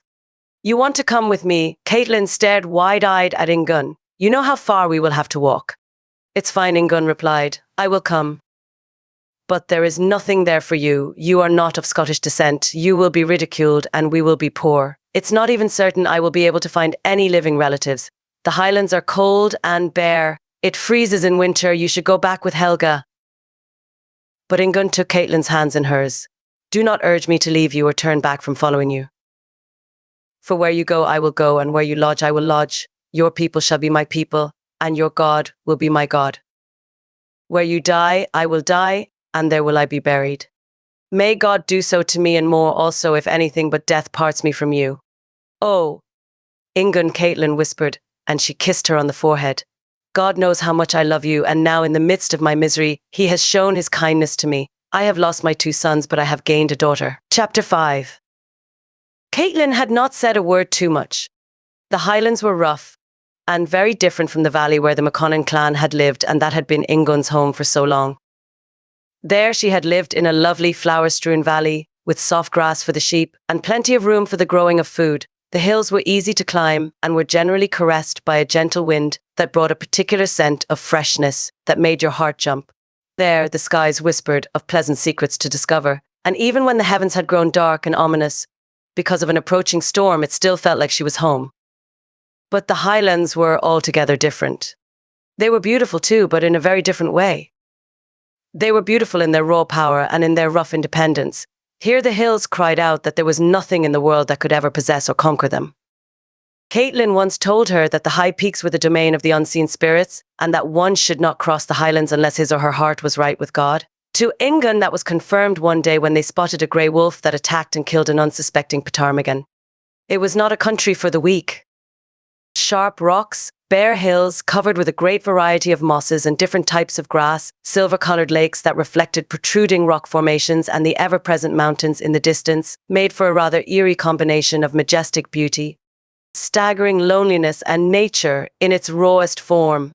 To Ingunn, most overwhelming of all were the skies. In the morning, when the sun would rise, the heavens would be painted in dazzling colours of soft orange and yellow, and then at night, unless a storm would be brewing, when the sun would go down again, it would usually turn a deep, flaming red that illuminated the clouds in the firmament.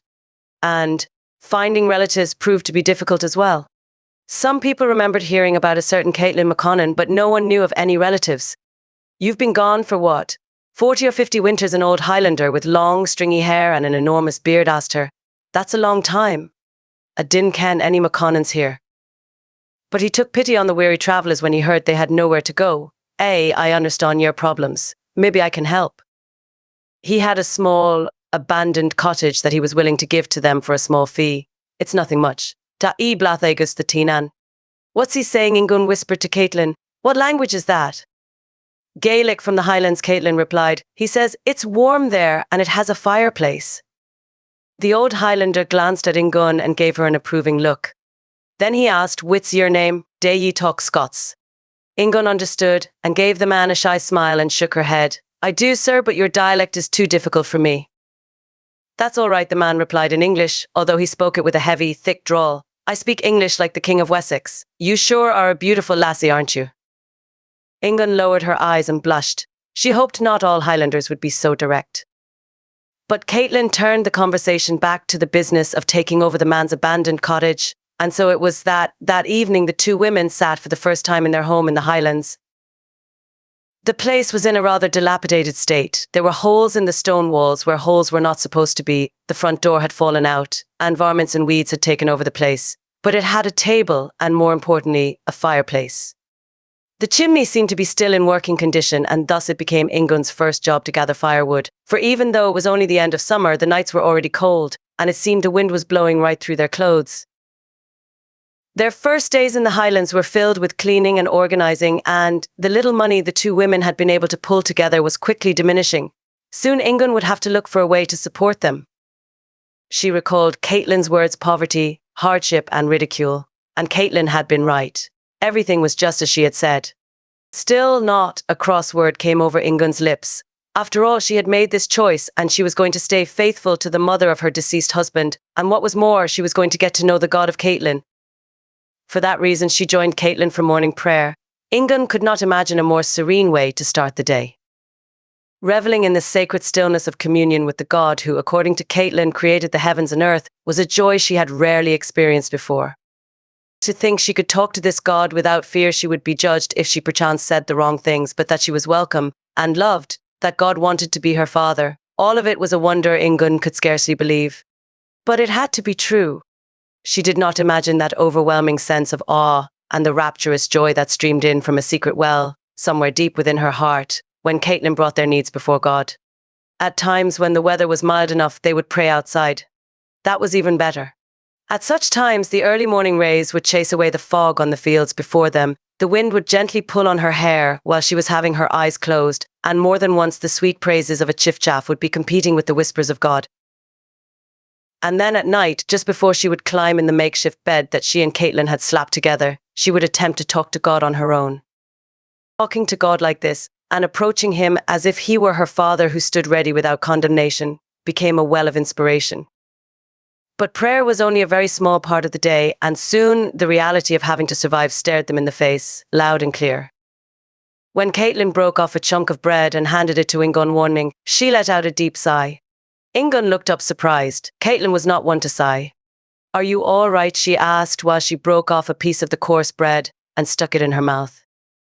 Caitlin nodded, but Ingun could see the worry lines again that only appeared in very rare situations. "We are just about out of food," Caitlin mumbled. "I am not sure what to do. I am not even sure we have enough food for a decent meal tonight." "Then we must find food," Ingun stated as if it was the simplest matter in the world. She gave Caitlin an encouraging smile. "Your God will not abandon us, Caitlin." Caitlin smiled back and shook her head. "Bless your heart, Ingun. You almost seem to have more faith in God than I do. But you are right. He will not abandon us." She licked her lips and thought for a moment. "Still, we need to do our part. We can't just sit here and expect God to drop bread from the sky." "I'll go out," Ingun replied. "Go where?" Ingun shrugged her shoulders. "Wherever I can. I'll offer myself as a servant to the surrounding farms. I've got 2 good hands, and I know how to work. I've worked all my life. If nothing else, I will just ask people for help." Beg. A wave of pain washed over Caitlin's face. "You should not have to beg, Caitlin. You once were the wife of a clan leader." "Right," Ingun nodded. "I was, but I am not today. I'll do anything for you, Caitlin." A tear formed in Caitlin's eye. "You should have gone with Helga. I so much want for you to be happy, but there's nothing I can give you here." Ingun shook her head in disbelief. "How can you say such things, Caitlin? I may not have all the comforts of the world, but my life is 100 times better than it was down in the valley. It's here I am learning I can talk to God. Yes, we are poor, but I believe we've got something so rich, so beautiful, and so sacred here. But that, I wouldn't want to change it for the world." Caitlin's eyes lit up, and she cast Ingun a grateful look. "I've always known you were a special woman, Ingun. I am blessed to have you by my side." Thus, not long afterwards, Ingun said goodbye to Caitlin and left the little cottage in search of work, food, and help. It was the first time she walked through the Highlands by herself. That meant she had to make mental notes at all the different turns so she wouldn't get lost later on her way back. The cottage itself was on a hill, connected to a dirt road. They had come from higher up, but now she needed to go down, as that was the way that would lead to other farms. It led to a gurgling stream with a little stone bridge.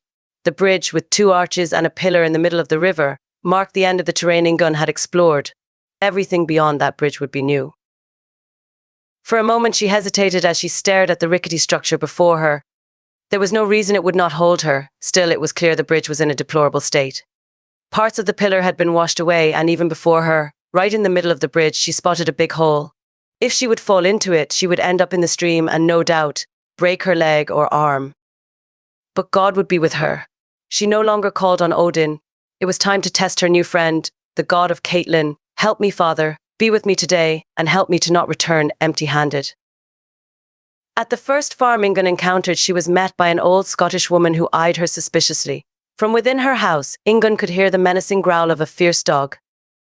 "I am looking for work," she said. "I'll do anything."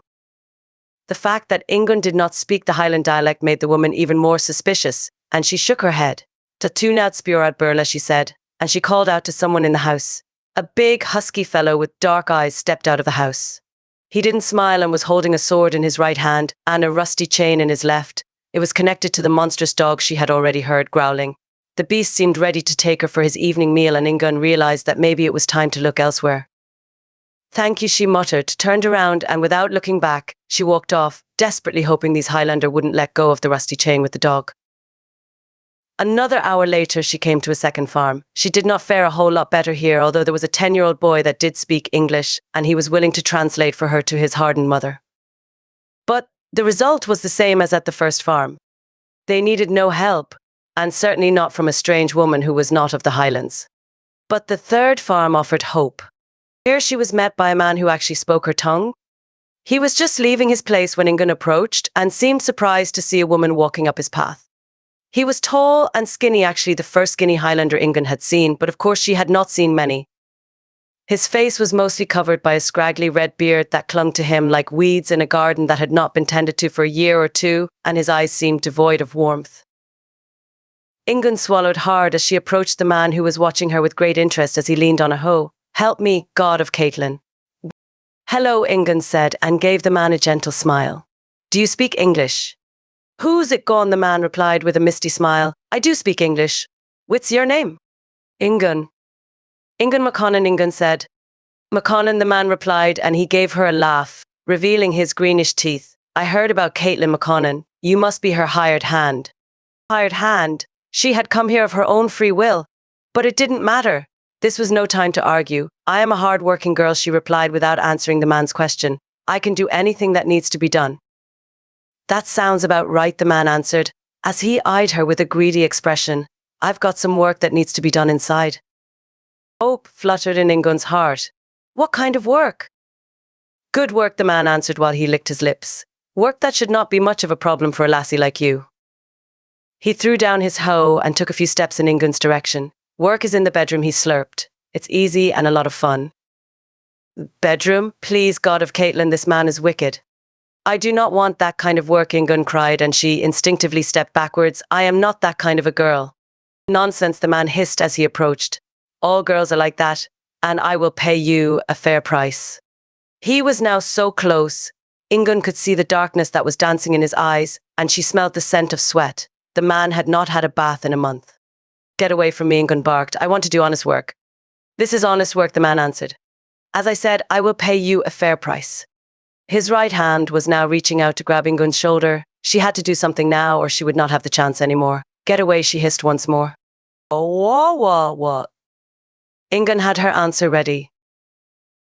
The man had not expected the kick that Ingunn, in spite of her dress, was able to deliver with Viking precision. Instead of rolling around on the musty sheets of wickedness in his Highland abode, he rolled around on the road in front of his house while moaning in pain. Ingunn did not wait around to see if the man would be more reasonable after he had bitten the dust, and ran off without looking back. Caitlin had not said a word too much. The Highlands were tough, tougher than she had thought. But that didn't matter. If Caitlin was right, her god was here in the Highlands too, and he was bigger than any other god. That night, after she had come home empty-handed and had told her what had happened, Caitlin was horrified. She shook her head in disbelief and disgust, and then proceeded to blame herself. "I should have never let you go. Please forgive me, Ingunn." "There's nothing to forgive," Ingunn said with a chuckle. "You should have seen that man slithering like a snake over his own path. I don't think that farmer will come near me next time he sees me. He got what he deserved." "He did," Caitlin agreed, "but they won't all be that stupid. I should not have allowed you to go to the farms. You could have gotten killed." "Hey," Ingunn answered.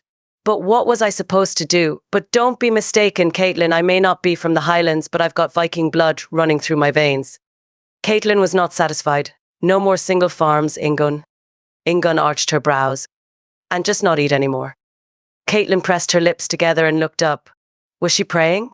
"Tomorrow you'll walk past these farms. A bit further there are several homesteads. There are more people there, so it's safer." "What's a homestead?" "Farming here is often based around a homestead. It's a cluster of homes, usually built up with relatives and friends, 6, 7 families just working together. It's almost like a small town, but of course, it's not like any of the big towns in England." "Is it far?" Caitlin frowned. "I was hoping we would not have to go so far, but I really do not want you to go to these single farms anymore." She let out a deep sigh, and Ingunn could see the little worry lines appear on her aging face. Ingunn took Caitlin's hand and squeezed it. "Mother," she said, "you taught me to trust in God. Don't you be discouraged now. Coming here with you was the right choice. I just know it. We'll get through this." Caitlin looked up and cast Ingunn a warm smile while she nodded. "Of course you are right, Ingunn. But I lost a husband and 2 sons. I can't bear losing you as well." "You won't. Before long, we will laugh when we think back of this time." "Dear Ingunn," Caitlin sniffed. "I am of all people most blessed." Chapter 6. The rain was coming down in billowing sheets and was shrouding the land in misty vapors. Again.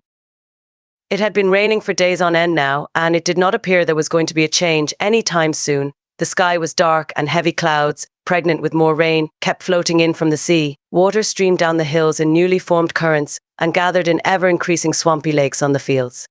Thus, Bowain was soaked, cold, and discouraged. He didn't mind being soaked, he was used to it.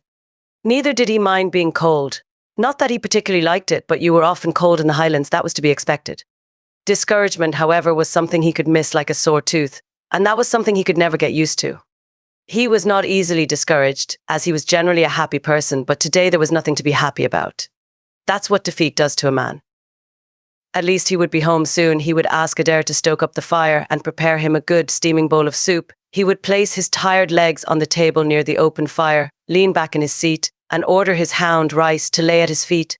He could already imagine it. Maybe then the horrible scenes of battle would leave him. He had been in more battles. Fighting didn't scare him, but this battle had been unlike any other. He had seen terrible scenes of deep, dark cruelty. Man fighting against man, and while he was known for his bravery, this time the fight had appalled him. Swords piercing through soft human flesh, cries of anguish or raw victory, rivers of blood that were soaking the earth, and above all, the terrible, ever-present scent of death that hung over the battlefield like a smothering blanket that took away your very breath. He had lost some of his dear friends as well. Ross McKendrick had died even before the battle had started. Enemy archers took him out. Cruel, senseless, and for what? Glory? More land? Human pride? Tavio and Sulwyn didn't make it either. They died in the midst of battle. Bowain had tried to cover for them, but he had been too busy defending himself. Tavio had been pierced by a javelin, and Sulwyn, he did not know. The last he had seen Sulwyn, his good friend, had been sprawled out motionless on the ground. And then at last, when the trumpet sounded, he knew all was lost. The victory had gone to the King of Wessex, to Athelstan the liar who claimed he wanted to unite all of England, but he would not reign on the Highlands, never. The Highlands were God's country, and those dandy Anglo-Saxon would not even survive a day on the Highlands. But that thought did little to cheer him, and right at this moment he did not see how his face would ever carry a smile again. He stopped his horse and looked back at his bedraggled friends that followed him. They slowly trudged on, while they sat slouched on their horses. They were possibly even more discouraged than he was. While 10 of them had set out to fight, confident they would easily win the battle, and had been in good spirits, only 7 returned. 3 good men gone. It meant more work for the homestead as well. As clan leader, Bowain knew a heavy responsibility rested on his shoulders. Now that Tavi, Sulwyn and Ross had died, the workload had only increased. They just had to grit their teeth, harden their hearts, and go back to business as usual. Even though they needed encouragement and time to heal from the horrors of war, such things were a luxury they could not afford. Far in the distance he could now see the homestead still shrouded in the rain, but close enough to offer at least some comfort. In an effort to cheer the men, he pointed towards the tiny houses and shouted out as loud as he could, almost home. Men, his voice was being drowned out by the falling rain, but the men looked up, relief on their faces. Soon they would be home, united with wives and children, at least most of them. And thus they plodded on. Step after step, yard after yard. And so they reached the homestead. Even though discouraged, weary and sad, weak smiles appeared on the faces of the defeated soldiers. Home. Why? He raised his voice and cried out, "It has been an honor fighting with you all at my side. Go home, be with your wives and children, and rest in the arms of God. Then, tomorrow, we'll be meeting at my place to discuss the future. God be with you." Most of the men gave him a small nod. All of them left without saying another word. Bowain understood. It didn't matter. At this moment, nothing mattered much, except he had to take his responsibility as the clan leader and go to the homes of the fallen ones. He would have to tell the families about the bravery of Tavio, Sulwyn and Ross, and break the news these 3 courageous men would never return home. His first stop would be Adeline McKendrick, Ross' wife. Breaking the news to that gentlewoman that Ross would not return was possibly the hardest thing he ever had to do as a clan leader. He pressed his lips together and climbed off his horse. Even though he was always welcome and Adeline knew him well, he would not barge in, he would gently knock. A second letter, a prayer on his lips, his fist landed on the wooden door of the hut. For some time there was no noise, but then he heard the shuffling of feet, and the door opened. Bowain bit his lower lip. "Adeline," he whispered, but then he stopped and his eyes widened. The woman that opened the door was not Adeline at all. Instead, he stared in the face of a young red-haired woman that he had never seen before. And she was beautiful. Her face was pure and fresh, almost innocent. It was a face that would not lie or was able to easily hide her emotions. Her stunning eyes shone with a certain depth that Bowain had rarely seen, and he swallowed hard. These eyes. They sparkled like the silver streams that cut through the Highlands on a beautiful spring morning. She looked at him with a questioning gaze, and he felt her eyes resting on him, unafraid and bold. This girl was strong. She would not let the world get her down. Yes, she asked. She was not from the Highlands. Her speech was a little different. Her red hair hung loosely over her shoulder, and as she tilted her head to the side, she gave him a shy smile. For a moment, Bowain just gaped at her. Then he asked, "Do ye talk Scots?" Another smile. "I am a fast learner. Just have patience with me." Bowain had never yet found the woman of his dreams, although he had courted many a lass from the Highlands. Some had been pretty, all had been kind, but none of them had ever succeeded in capturing his heart. Who are you?" he stammered. The girl blushed. "My name is Ingun McConnon. I have been hired by Lady McKendrick to help in the household chores while you are gone. You must be Ross McKendrick." Upon hearing the name of his fallen friend, Bowain swallowed hard. He was here on a mission. He had no time to stare at a beautiful servant girl. "No," he said while he curled his lips. "I am not." Bowain heard his own voice. It was much colder than he wanted it to sound. "I am Bowain Lachlan, the master of the homestead." The girl blushed once more and made a little bow to show her respect. "I am sorry, master," she mumbled. "I had no idea." "Of course not," Bowain replied. "I am here to see Adeline." "She's not here, master. She is visiting relatives on the other side of the glen. She'll be back sometime tomorrow." Bowain frowned. That was not good news. Now he had to carry the weight of having to share the news of Ross McKendrick another day. "And you," he asked while he eyed the girl, "are you staying here?" She shook her head. "No, master. I only come here in the morning and help Lady McKendrick with the work. I'll leave an hour before it gets dark." "You do? Where do you go?" "South, master. I stay with Caitlin McConnon an hour's walk from here."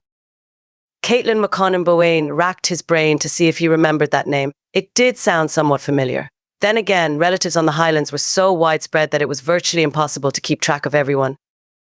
Anyway, she was just a hired hand. Nothing special. But deep inside, Bowain felt different about this girl. Something had stirred his heart, and he already knew he would make some inquiries about her. But not now. First, he had to visit the families of Solwyn and Tavio. At least these two folks were not married, although having to face mothers with such a sad message was not necessarily much easier than talking to a heartbroken wife. But when he was rested up a bit, he would see things more clearly. "Aye," he said. "In that case, I'll be back tomorrow." He stared one last time at the girl. Ingun was her name. It almost sounded more like a Viking name. He really needed to ask about this lassie. "Goodbye, Ingun McConnon," he said, and without waiting for her reply, he turned around and walked to his horse. "Goodbye, Master Lachlan." Her voice was soft, melodious and clear like the trickling of water in a waterfall. For the first time in days, Bowain felt a sparkle of hope. How strange it was that a chance encounter with even somebody as simple as a servant girl could chase away at least some of the gloom that had held him in its ugly grip for days on end. Right then, even though only for just a moment, the dark clouds in the heavens parted, and a tiny ray of light trickled through. Was it a sign? Days later, Bowain was sitting across from his servant Adair at the table in his house, and looked up at him with expectant eyes. "Well," he asked, "did you find out more about this servant girl I met at Adeline McKendrick's place?" Adair, a husky Scotsman with a round beard and a bald head, smiled. "I have, master." He had been in Bowain's service for many years and always considered it a privilege to serve the clan leader. Bowain never treated him like a servant, but more like an equal, and it did wonders for the man. Adair figured that work, no matter what kind of work, was easy when respect was the pay. Thus, when Bowain had asked him to find out everything he could about this mysterious servant girl with the uncommon name of Ingun, he had sprung right into action. Well, Bowain eyed him impatiently and tapped with his calloused fingers on the table. "Aye, her name is Ingun McConnon," Adair began.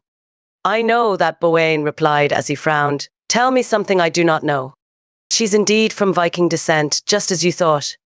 Viking. What's she doing here?" "She grew up near the border, far away from the Highlands, and was married to Alban McConnon, a clan leader. He died, and she decided to help her mother-in-law." "And what else?" "The name of her mother-in-law is Caitlin McConnon."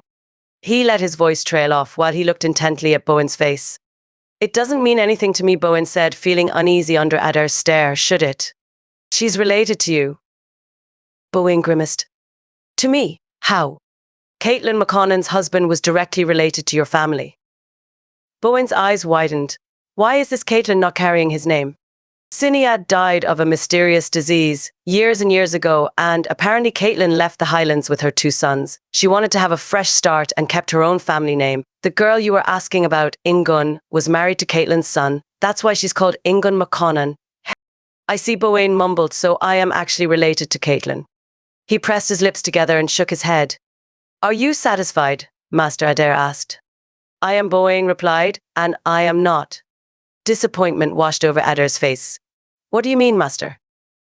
Bowain gave his faithful servant a smile. Thank you, Adair. I am grateful for your investigations, but I am not satisfied in another sense. After hearing your story, I realize I am responsible for both Caitlin and Ingunn as well. How are they doing? Do they have all they need? They are very poor, Master. They have obtained a small place on the other side of the glen, about an hour's walk, but they are by themselves. She's doing odd jobs wherever she can, and for whoever is willing to hire her, but... His voice hesitated. You know how hard it is living on the Highlands all by yourself. Here's what we'll do, Adair Bowain said with a determined look. Give her work in my place. Let her do whatever needs to be done, and when she returns home, give her an abundance of meat and grain, so she and Caitlin have more than enough. Adair smiled. As you have said it, so will it be done, Master. When Ingunn returned home the following day, Caitlin's eyes widened when she saw the abundance of food that Ingunn carried along. She was exhausted from the work and the long walk, but she carried more than only food. Besides an abundance of dried meat, fish, grain, and even barley, she brought hope and cheer. When she finally dropped the heavy bag she had carried over her shoulders, she smiled and said, God has answered our prayers, Caitlin. Your God is so much bigger than Odin. Tears welled up in Caitlin's eyes as she beheld all that Ingunn had brought back. God be praised, she exclaimed, and she lifted her hands in joyful jubilation. Where does all this come from? There's a man in the homestead, Ingunn replied with shining eyes. He sent his servant to hire me. Oh, Caitlin, they want to hire me every day. Caitlin shook her head. I can hardly believe our good fortune. And you said you can go back there every day. Every day, Ingunn could barely contain her joy and almost shouted it out.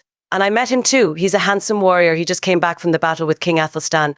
But he's not at all cruel or hard. In the afternoon, he came out and sat down with us while he offered us a meal. He offered you a meal. Who is he? What's his name? Ingunn's face lit up as she thought of the man. Bowain Lachlan. Caitlin's mouth fell open. I have been a fool. Ingunn frowned. Why? What's wrong?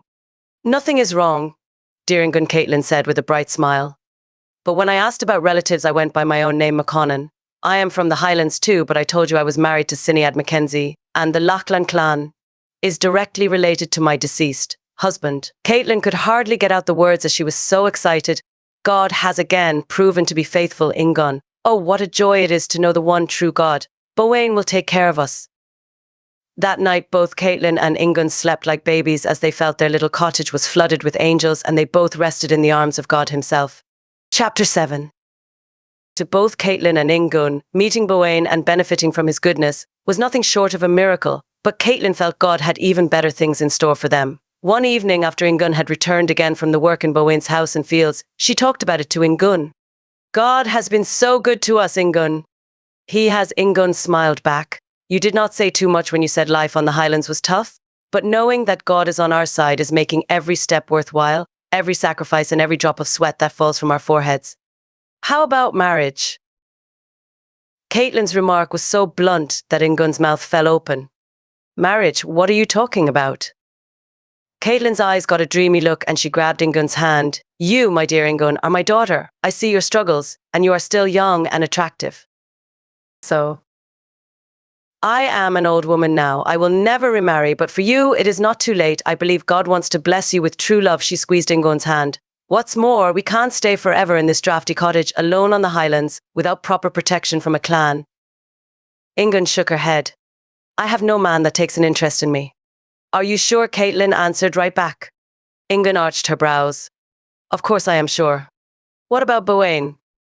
A shock went through Ingunn's body and she stared at Caitlin. Bowain, he is the leader of the clan. And you are a very attractive young woman. He would be right in marrying you. Not only is he my relative, but he is a lonely man who needs the warmth of a loving woman. Ingunn peered at Caitlin. How do you know he is lonely? Why would he even see me? Caitlin chuckled. I may be old, Ingunn, but I wasn't born yesterday. I know what men need and want. Bowain apparently never found the love of his life, but you tell me, shouldn't a clan leader have a wife? But I am of Viking descent, Ingun argued. Another chuckle. Then that means you've got Viking fire, Ingun. I dare say you are one of the most beautiful women on the Highlands. But you must ask him. Ask him to Ingun? It seemed the conversation was taking a strange turn. Sure, ask him. How? I've got an idea. Caitlin gave her a mysterious smile. If my inkling is right and it is God's plan, I know it won't fail. This is what I have in mind. The more Bowain saw of Ingun, the more impressed he was. This girl was working tirelessly, inside and outside of his house. Adair had jokingly suggested he would take up fishing in one of the Great Lakes, as Ingun took so much work out of his hands that he began to feel useless. She's like a precious jewel, Adair had mentioned, and a pretty one at that. Bowain narrowed his eyes. A pretty one? He did not like his servant to talk like that, but when he thought about it, his own reaction surprised him. Was he feeling a twinge of jealousy? That was weird. Why would he feel that way when his faithful servant made such a comment about a mere servant girl? But deep inside, Bowain knew why. This girl was special. Her gentle soul radiated a certain inner strength, a beauty he had not seen or felt in any of the girls he had courted before. It awoke in him a desire to lay his weary head on her breast, to let his fingers slide through her red hair, and to kiss her warm lips. He longed for such warmth, and now, after the Battle of Brunanburh, more than ever, that battle had changed him. He had come face to face with the absurdity of hacking down another human being, someone that could even be his friend if he had met that person in better circumstances. And for what? He couldn't truthfully come up with the answer, and that scared him. Was he growing weak? He had been in other battles before, he had seen people die, and it had not fazed him. But this time he just couldn't simply erase the scenes of battle. The people he had seen dying in battle now presented themselves to him at the strangest moments, and at times he relived even the worst of the battle scenes. He would actually smell that strange scent again and hear the sounds of swords, javelins, and axes above the screams of the dying. A yearning for answers had welled up. While before he had been able to quench such feelings by a myriad of superficial things, such as drinking more ale or an exciting, exhilarating hunt, he knew this time he couldn't shake it. And what was more, maybe he wasn't even supposed to shake it off. And somehow, it felt as if Ingun McConnon was holding a key to a better world. He couldn't explain it, yet that too he couldn't get out of his mind. Thus, when Ingun asked to talk to him one morning, he immediately dropped all he was doing. You want to ask me something? Ingun, if it is within my power to give it to you, consider it done. Ingun bit her lower lip. Master, I have heard tomorrow Adair and Kelty will be visiting relatives on the other side of the glen. Bowain tilted his head. Yes, they will. And if Kelty is gone, then who is going to cook your meal? Bowain broke out into a laugh. Oh, Ingun, I am not worried about my meal. I can live very well without Kelty's cooking. I've been around for some time. Forgive me, Master, Ingun said, and she bowed her head. You have been so good to me and Caitlin. Allow me to cook for you in his place. Bowain frowned. Cook for me? What did you have in mind? Ingun looked up, a shy smile playing around her lips. I will treat you on a regular Viking meal. Bowain felt a stirring in his heart. He liked the idea. How will you do it? If I have your permission, I will ask Adair today to get the things I need. I will be coming to the homestead extra early tomorrow so I can do my regular work. But then, when I am done, instead of going home, I will prepare your meal. How will you go back to Caitlin and your cottage? It will be the dark by the time you are finished preparing the meal. I cannot let you travel alone in the dark over the Highlands. Ingun nodded. If I have your permission, I can sleep in the stable. I have already talked it over with Caitlin. Bowain pulled on his beard as he stared at Ingun. Why not? After all, he had to eat, and who knows, maybe a regular Viking meal would be fantastic. If it was as spirited as Ingun was, he would be in for a treat. Talk to Adair, he said. Tell him to give you whatever you need. I would love to eat your meal. Ingun made a small bow and nodded, but Bowain could see there was a victorious smile on her face. Thank you, Master. I will not disappoint you. Bowain pressed his lips together. Tomorrow would be an interesting day. He already looked forward to it.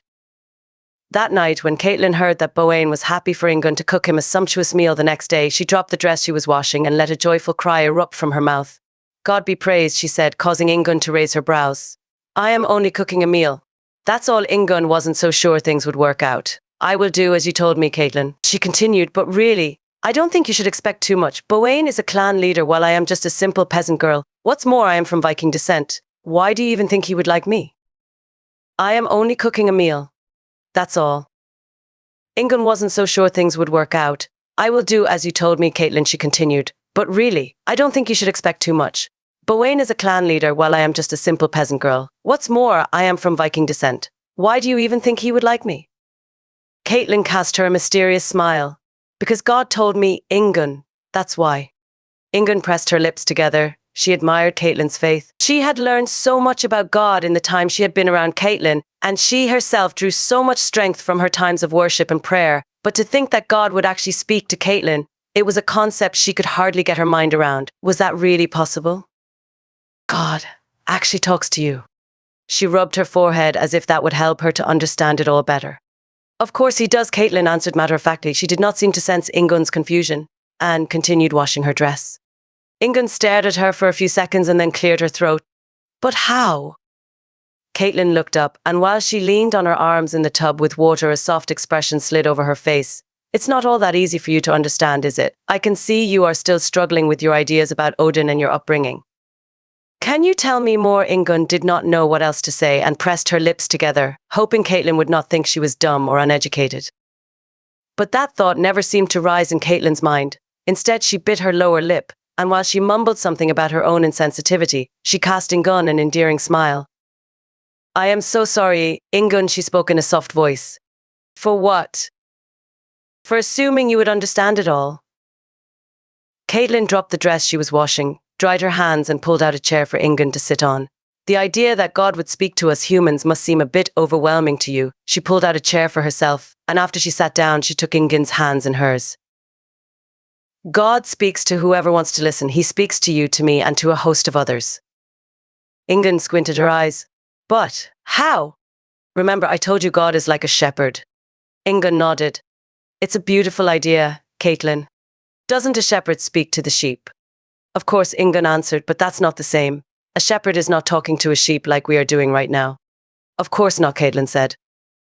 But a shepherd knows each sheep by name.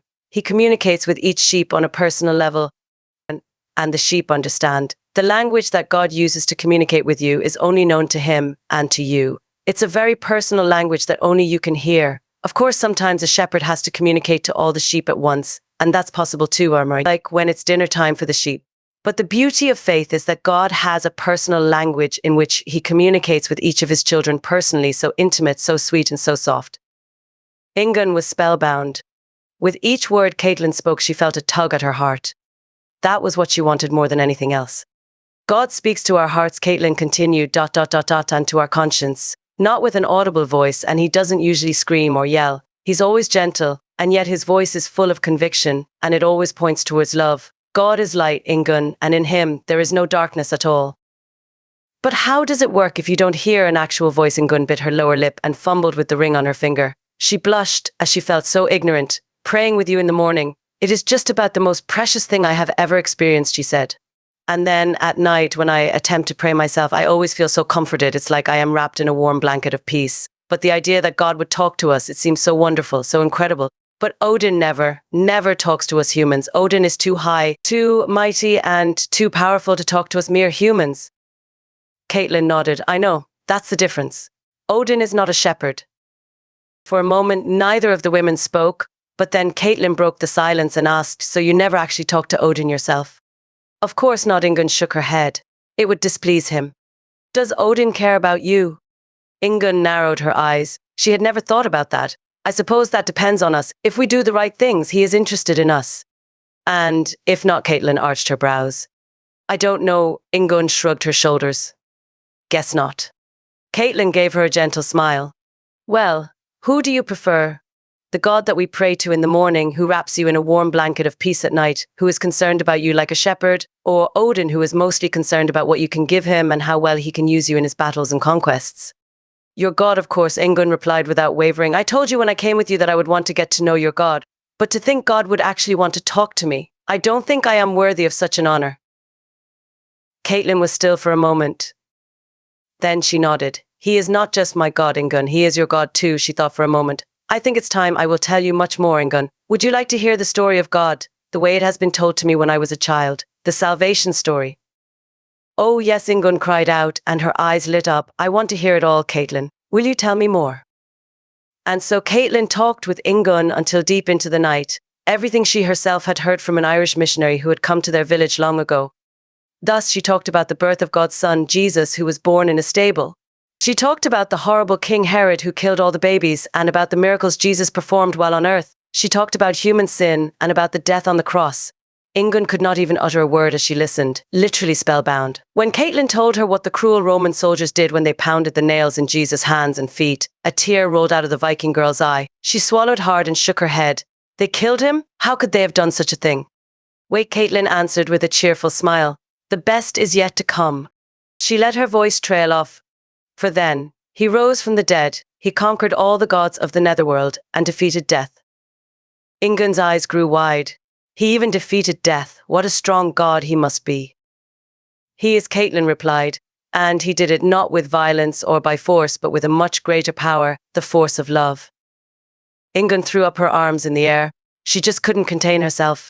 And then, the gates of heaven are open to all who want it, Caitlin spoke. But unlike Odin, God's son does not demand anything. He asks. He seeks entrance, but he only goes where he is wanted. I want him, Ingunn almost shouted it out. What do I do? Talk to him, Caitlin replied simply. Tell him you want him. Tell him you want him to be your king. Tell him that you no longer want to have anything to do with Odin, and ask him to fill your heart and your life, and let him speak to you. Can I do it right now? Caitlin nodded. Go to your room, dear Ingunn. Kneel by your cot, like you always do, but this time ask God to fully come into your life. Give him your heart, and then rest in his gentle arms. Ingunn looked deep into Caitlin's eyes and savoured the moment of deep communion they had. Then she squeezed Caitlin's hand. Thank you, Caitlin. I never once have been sorry I came with you to the Highlands. I will now go to my room and do as you said. Tomorrow I'll cook for Bowain, and as your God has told you, our lives will never be the same again. Our God, Ingunn, Caitlin replied. He's your God too. Caitlin blushed as she got up and walked to her room. Good night, Caitlin. One thing she was certain of, her life would never be the same again after tonight. Chapter 8. When Ingunn woke up the following morning, she felt fresh and rested.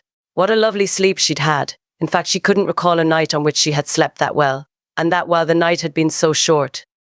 It seemed like Caitlin had been talking to her for hours, but she had not felt the least bit tired. And then, after she had gone to her room, she had done what Caitlin told her to do. As soon as she had entered, she had knelt down. Strangely enough, and without reason, the moment she began her prayer, tears had welled up. They had formed almost as if out of nowhere, and visions of things from years earlier suddenly appeared before her mind's eye. Things she had completely forgotten about, big things, small things, both good and bad. And within what must not have been more than a few seconds, Ingunn felt herself getting smaller and smaller. But while she was decreasing, she felt a presence rising before her, so big, so awesome, so great, and yet so warm, so kind, so tender-hearted. Oh God, she whispered over and over again while the tears kept flowing. I give myself to you. Everything I have is yours. At that instant, fears melted away. The tears stopped, and an unfamiliar sense of joy and peace bubbled up from deep within her heart and flooded her whole being. Caitlin's God had become her God. And there was a voice too, just like Caitlin had said. Not audible, but it was crystal clear nevertheless. A still, small voice that spoke to her heart, I will never leave thee, nor forsake thee.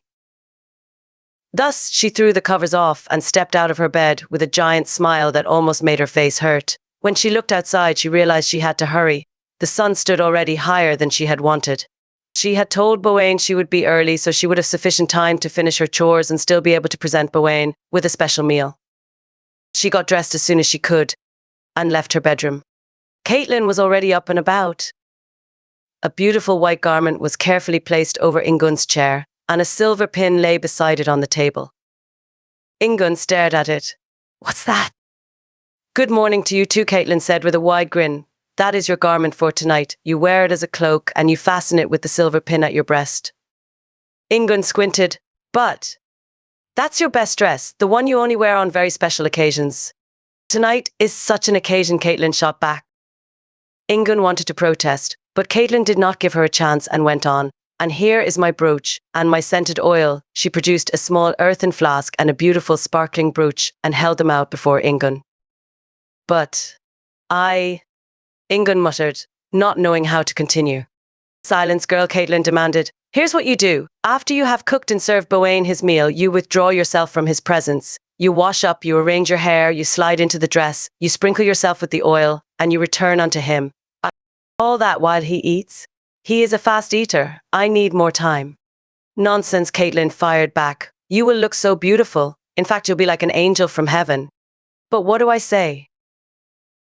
God will show you what to do, Caitlin answered. If my feelings are right, I believe he has already spotted you. He just needs to be encouraged and see what a beautiful girl you really are.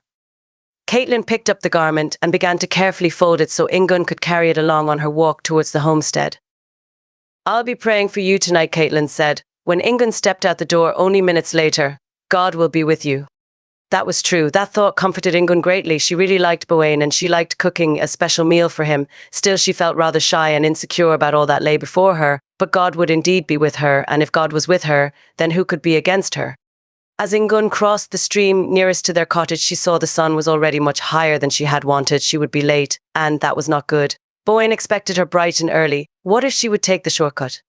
If she would take a left here instead of a right, she would save a lot of time. The thought was tempting. But that would also mean she would have to pass by the farm of that horrible skinny man that had wanted to force himself upon her. As she thought about that lanky man with his dark, cold eyes and his scraggly beard, she shivered again. Maybe better to not take the shortcut. For a moment, Ingunn wasn't sure what would be the best decision. That fellow won't be there all the time, she was thinking. Are you going to be guided by fear? Taking the shortcut will save you a lot of time. Funny that she could be so conscious of her thoughts.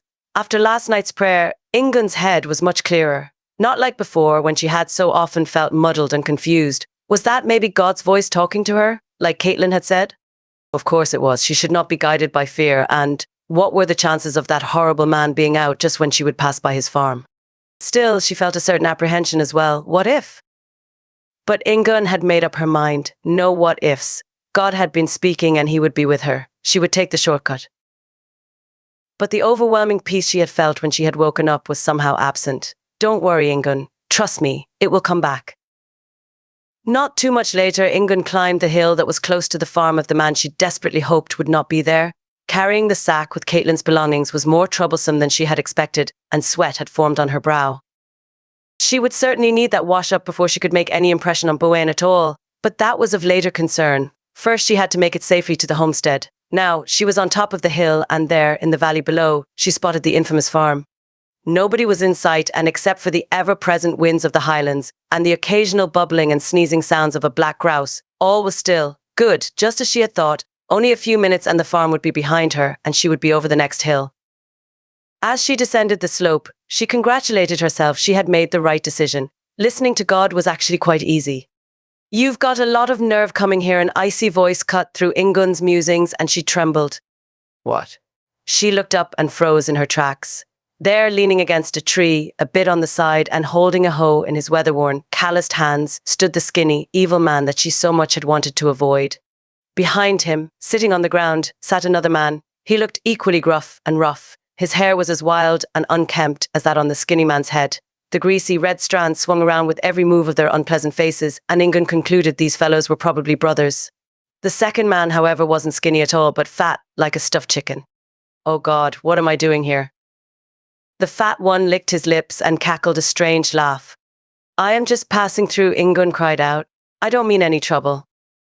No trouble, the skinny man she had floored before with her unexpected kick, hissed. You've got nerve to come here. It took me a week to recover from your foul blow, but I get it. You are a Viking woman, and that means you have no idea of good manners or decent Gaelic hospitality. Eh, the fat man said with a smirk, while he raised himself to his feet with considerable difficulties. So this is the girl you were talking about? Meet my brother Bryce, the skinny one hiccuped. I told him all about you, and he's dying to meet you. Not literally, of course, Bryce added, with a chuckle. What do you think, Skinner? He blurted out. Shall we teach her the Highland ways? His voice was low and dark. It reminded Ingunn of a visit to the caves of Withorn when Alban had still been alive. She had hated that place. Bryce grinned, giving Ingunn an unwanted look into his mouth. Most of his teeth were missing. My words exactly the other, with the appropriate name of Skinner, hissed. He dropped his hoe on the ground and assessed the situation. Be careful now, Bryce, he barked to his friend. She's as mean as an Irish witch, and she's got a powerful kick. No problem, Bryce replied in deep, dark tones, and he took position right next to his brother. Both men had apparently been working on the field and were taking a break. That break, however, could easily be extended and would be a lot more fun while playing around with a pretty girl that wasn't even Scottish, so there was no risk of retaliation from an angry laird. You go to the right, Skinner mumbled, and I'll take her from the left. Get back, Ingun growled while she pointed at the men, but she could hear her own voice was hoarse, and she sounded weak. She was terrified. Why had she come here?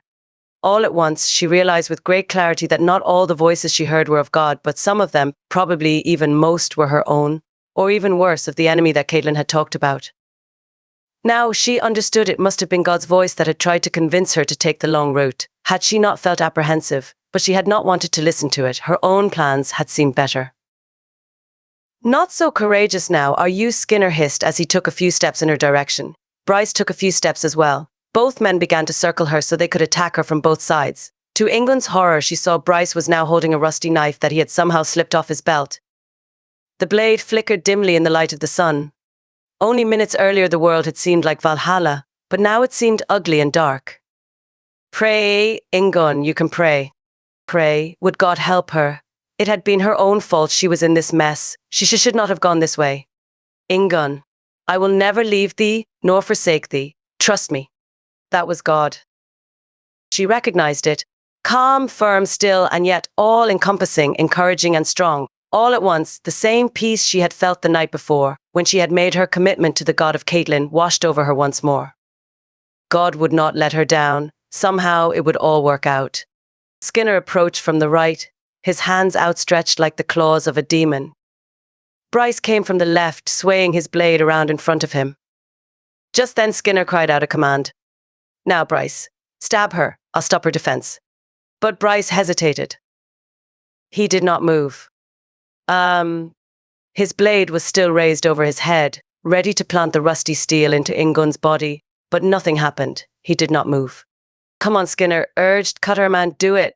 Now, but he himself did not make the slightest move either. He did not jump on Ingun as he had said he would, to supposedly stop her defense. I can't move my hand, Bryce exclaimed in fearful tones as he stared at the blade still above his head. Idiot, Skinner hollered. Do I have to do everything myself? But he did not move either. I can't move either, he stuttered while he stared with a panic-stricken face at Bryce. What's going on? Ingun could not believe what she saw. It looked as if she was covered by an invisible dome, and there was no way that either one of the ugly tugs could make as much as a dent in her protective shield. Her eyes were wide as she saw the forlorn, helpless, fearful expressions on the faces of both of her attackers. Go, Ingun. Don't stay longer than you have to. The command was clear, and Ingun had no trouble following the instruction. In awe over what she had just witnessed, she stepped forward, just past the two bewildered-looking men who did not dare to even make a move. There was nothing they could do. They stood almost immovable, as if they were marble statues, their faces a mask of horror, clearly afraid the sky would fall on their bushy heads. Minutes later, Ingun was over the next hill. She turned and could see the brothers screaming in fright while they ran back to their house. Ingun imagined with a chuckle that they would not even find peace on the dusty floor under their beds. Thank you, God. She heaved a sigh of relief as she looked up to the heavens. It was then that, like the night before, the tears came. Ingun could not help it. This time they were tears of gratitude and thanksgiving. Caitlin's God was her God, and he was the only true God. She would serve him till the day she would pass on into the next world. Chapter 9. Ingun reached the homestead without further difficulties. Bowain was nowhere in sight, but Adair and Kelty were still there, preparing for their journey over to the glen. Adair, usually a picture of calm confidence, was restless. As Ingun approached, she could see him pacing around, and when she came into sight, he raised his arms in relief.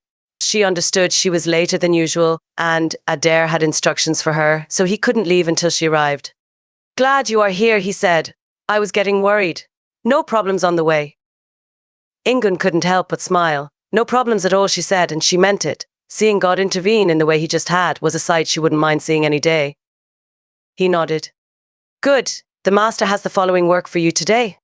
He proceeded to tell her duties.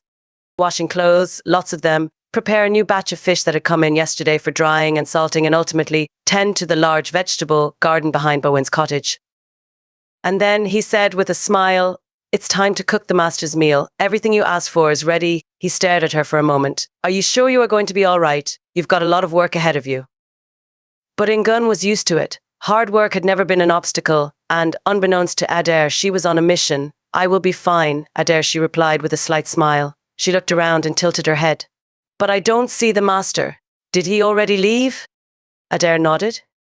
He left early this morning, I don't know where, and neither do I know when he'll be back. Ingunn shrugged her shoulders. Fine. Bowain was the clan leader, and although he was usually around in the morning, it was none of her business what he was doing, as long as he didn't forget she was cooking for him that evening. At that instant, Kelty's voice broke through their conversation. Seeing how high the sun had climbed already, he too was getting restless. His voice had an urgent ring to it. Come on, Adair, we should not tarry any longer. Aye, Kelty, you are right, Adair agreed. He gave Ingunn a faint smile. It seems you are on your own for some time. Take good care of the house and I will see you tomorrow. Ingunn smiled back. She liked the bald-headed servant with his bushy beard. The man was fiercely loyal to Bowain, and if there was one thing Ingunn admired in people, it was honesty and loyalty. Adair seemed to have both. Soon the two men disappeared behind the nearest hill. Ingunn was alone in the cottage of Bowain, and it was time to start working. When the sun was already beginning to sink behind the distant mountains, Ingunn was done with her daily chores. The work had taken her longer than usual. Not because the work was harder than on other days, but today it had been harder to keep her mind on the job, and several times she had been bothered by an unfamiliar fluttering in her stomach. Tonight she would have to talk to Bowain. Caitlin seemed so sure the man would like her, but she wasn't so sure. What if he got angry? Threw her out for her insolence or would even fire her? Irritating, nagging voices kept pestering her like flies that would swarm around an open pot of honey. Who do you think you are fooling? Tonight will end in shame and defeat.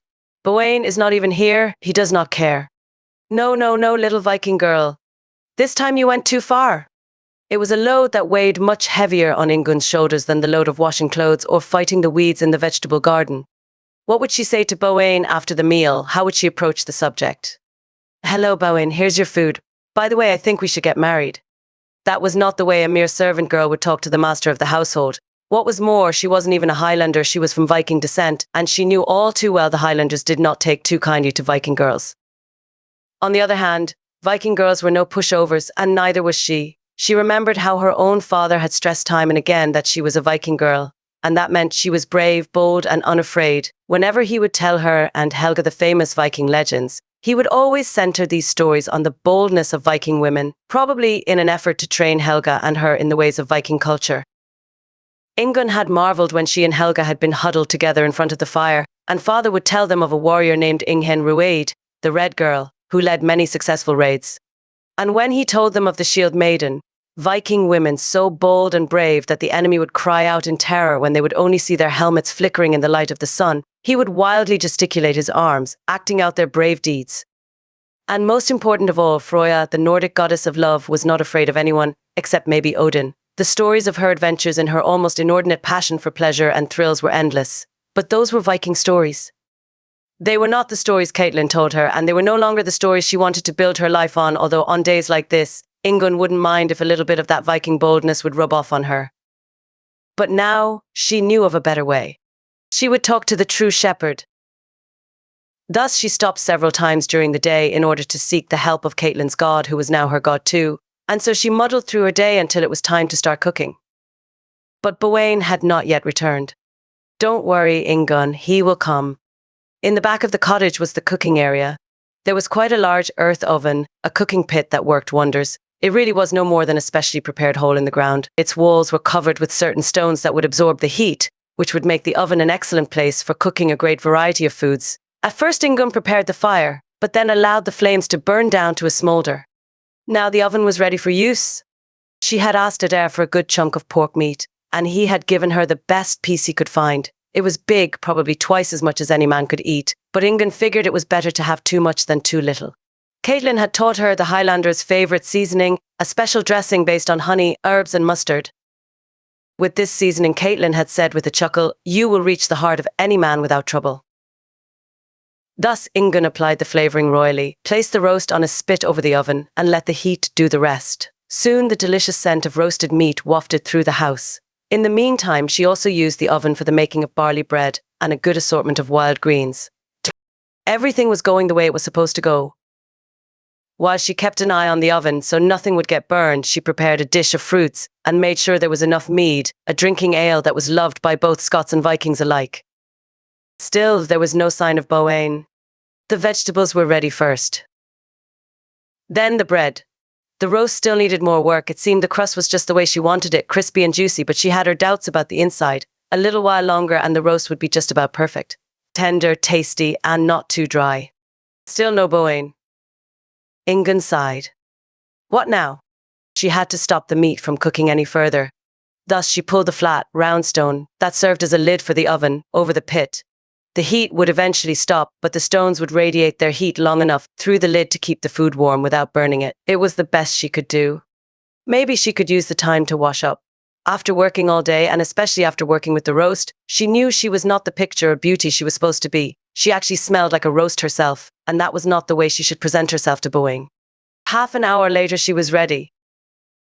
Ready to serve the food, ready for Bowain. She was washed, richly sprinkled with the scented oil Caitlin had given. She wore the beautiful white garment, and her long red hair was hanging over her shoulders in gentle curves. There was nothing else she could do except to wait. As Ingunn sat down, she couldn't help but marvel. She had never worn such a beautiful garment, not even on her wedding day with Alban. The material felt soft and soothing to her skin, and when she took a few steps, it made her feel she was not just walking, but she was gliding. She had never cared much for comfort and wealth, but she had to admit she felt rather special. The darkness was now fast setting in. It was time to light the oil lamps. Just when she was done, and the flickering flames cast dark shadows over the wooden floor of the cottage, she heard the sound of horse hooves clip-clopping on the ground. Bowain? Surely the food would be cold by now. She would have to serve Bowain lots of mead to make up for it. She glanced out the window. At first it was hard to see, as only a dark silhouette appeared. But then, when the moon just broke through the clouds, she could see who it was. Bowain had returned. He was just climbing off his horse, and she could see his face in the light of the moon. It carried a worried expression. Was everything all right? Ingunn had never allowed herself to fully study the man, but now she did. His shoulder-length hair, his chiseled face with the small, round beard, his muscled arms, they all gave him the appearance of a strong, determined man. A true leader of the clan, but most strikingly of all were his piercing blue eyes that seemed to take in any detail, and yet they held a certain softness that made him so attractive. That was the man she had been cooking for. That was the man Caitlin believed she needed to marry. Dear God, will you please help me? Your will be done, not mine. He was now at the door. It opened, and seconds later he stood before her. Ingunn was leaning against the opposite wall. She bit her lower lip and cast him a shy smile. Your food is ready, master, although I am not sure if it's still warm. She felt his eyes gliding over her body. Was he pleased? Ingunn, he whispered. Is that really you? His question confused Ingunn. Of course it was her. Who else did he expect? But as soon as she thought it, she realized Bowain had never seen her dressed up like this. Before she could answer, Bowain said in a whisper, Ingunn, I have never seen a more beautiful sight than seeing you standing here. He took a few steps in her direction, but then he stopped, almost as if he did not know what to do next. Shall I light the oven, master? I will heat up your roast, Ingunn said, moving towards the cooking pit. No, Bowain said. He almost shouted out the words, but it wasn't a command. Ingunn stopped and stared at him. His expression was not that of a leader, a man in charge, but rather that of a little boy, nervous and not in control. Concern welled up in Ingunn's heart. Is everything all right, master? Don't call me master, Ingunn, he whispered. I am not your master. Just let me look at you for a moment. You are truly a most remarkable woman. His speech confused Ingunn. Not call him master? What did he mean? What must I call you then? Ingunn asked, almost using the word again, but she stopped herself just on time. Bowain stepped closer. He stopped right in front of her and placed his right hand on her head and gently played with her hair. Call me Bowain, he said. That's my true name. Ingunn wanted to say something, but he placed his finger on her lip. Be still, Ingunn. Let me first of all ask you for forgiveness that I am so late. It's nothing, Bowain, Ingunn mumbled. You are the leader of the homestead. You have a lot of things to worry about. Hey, that is true, Bowain replied. But I wasn't late today because of my responsibilities as a clan leader. It was because of another reason. As he stared at Ingunn, she blushed. There was a flutter in her heart. How would it be to touch his gentle face? As she thought it, a deep conviction welled up in her heart. Caitlin had been right. Bowain was special. She would ask him to marry her. She would not be afraid and she would be bold, but not because Caitlin had said she should. She would ask him because she wanted it herself. She dared to fully look into Bowain's face. Their eyes locked, and the desire to embrace the man was almost overwhelming. She wanted to search his soul, feel his pain, partake of his longings, and kiss away his loneliness. Bowain, she said, her voice soft and gentle, may I ask you something? A tender smile flashed over his face. You may ask me anything you'd like, but not before I tell you something. Me? Bowain nodded. As you know, we have returned from the battle not too long ago. Ever since I came home, I have been plagued with terrible dreams, fears and depressions. I have seen friends die in battle, and I have not understood why. He stopped for a moment and licked his lips, while searching for the right words. I have been in battles before, Bowain continued, but I never had these feelings before. It terrified me. That is until... He hesitated. Until I saw you. Ingunn bit her lower lip. Me? Yes, you. Bowain said with a smile. When I saw you for the first time, it was like God was whispering that he was still in control. I can't explain it, but when I see you, somehow I believe life is good. There is a plan, there is a reason, and even though there's so much suffering and pain, seeing you makes me want to go on and do good. He hesitated. Does that sound strange? Ingunn blushed some more. This was not what she had expected, and she did not know what to say. When I see you, Bowain continued while his voice broke, I feel peace. To Ingunn's shock, she could see tears filling his eyes. Oh, Ingunn, he sniffed. When I see you, I feel something I have never felt before, and I long for it. Ingunn grabbed his hand. She would have never done such a thing before, but it was the right thing to do. But Bowain, I am from Viking descent. I am just a humble girl. Bowain licked his lips and shook his head. Hey, Ingunn, you speak the truth, and how much I love that about you. Whatever you are, and wherever you come from, I know that inside you are a gift from heaven. This has nothing to do with being a Viking, a Scot, or even an Anglo Saxon. It's heaven that counts. What's more, you forsook your Viking heritage. You wanted to be faithful to Caitlin and followed her to the Highlands, surely one of the roughest places you have ever been. I not only followed Caitlin, Bowain, Ingunn said, her voice as soft as a whisper. I also followed her god, and he became my god too. Bowain marveled. You see, I told you. You have been heaven sent. He hesitated for a few seconds and then went on. Today, I thought of you, Ingunn, all day long. When you asked me yesterday if you could cook me a meal, I knew I had to do something. Ingunn arched her brows. This morning, I went to my friend Aid, further north on the other side of the glen. He's a goldsmith. Oh! I asked him to make me something, but it took him much longer than was expected, and thus I was late. Oh, Ingunn, I was so worried you would have left and you would have been angry with me. He affectionately squeezed Ingunn's hands. But you are still here. What did he make? Bowain's fingers slid into his pocket, and he pulled out a shiny, golden ring with a small jewel embedded on top. It was made of the finest gold and consisted of thin strings that were skillfully intertwined in knots. It was truly beautiful. Ingunn gasped. It's beautiful. It's an engagement ring, Ingunn. These are Celtic knots, and they symbolize eternal togetherness. Will you be my wife? Ingunn looked up into Bowain's warm, moist eyes. Oh, Bowain, she mumbled, while her heart seemed to be burning within her. I would like nothing more. She was not even finished speaking, and Bowain gently took Ingunn's face in his hands and kissed her long and ardently. Thus they stood for what seemed like an eternity, but it could not have been more than a few minutes. At last, Bowain looked up and asked, and you? What did you want to ask me? Ask you, Ingunn frowned. She could not remember what it was. She was too full of emotion to think clearly. But then, as she forced her brain to cooperate, it dawned on her. Ask Bowain to marry you. She giggled. There was no need for her question any longer. God himself had worked everything out already. Bowain raised his brows. What? It's nothing, Ingunn chuckled. It's just the meal. The roast, the bread, the vegetables. You still want to eat. Do I want to eat? Bowain replied. Of course I do. Heat up the oven, bring out the mead. Tonight is the best night of my life. We will rejoice and be glad in it. Epilogue. Helga looked out over the glen. She loved the view, the vastness of the mountains, the beautiful cloud formations, and far away in the distance, on a clear day, she could even see the sea. Apparently, life here was much the same as life in Viking country. At least that's what they told her. She could not possibly tell, as she, like her sister Ingunn, had been born near Ravenswater. The mist and the seemingly ever-present fog, the pelting rains, and the sharp winds that pulled on your hair as if to remind you that the weather was in charge here were all much like Viking land. But she would probably never see that land. It did not matter. She belonged here now. She was fast becoming a Highland girl. What a blessing it had been when Ingunn had showed up on her doorstep one day and had urged her to come back with her. Ingunn told her she had married a clan leader and that they would take care of her.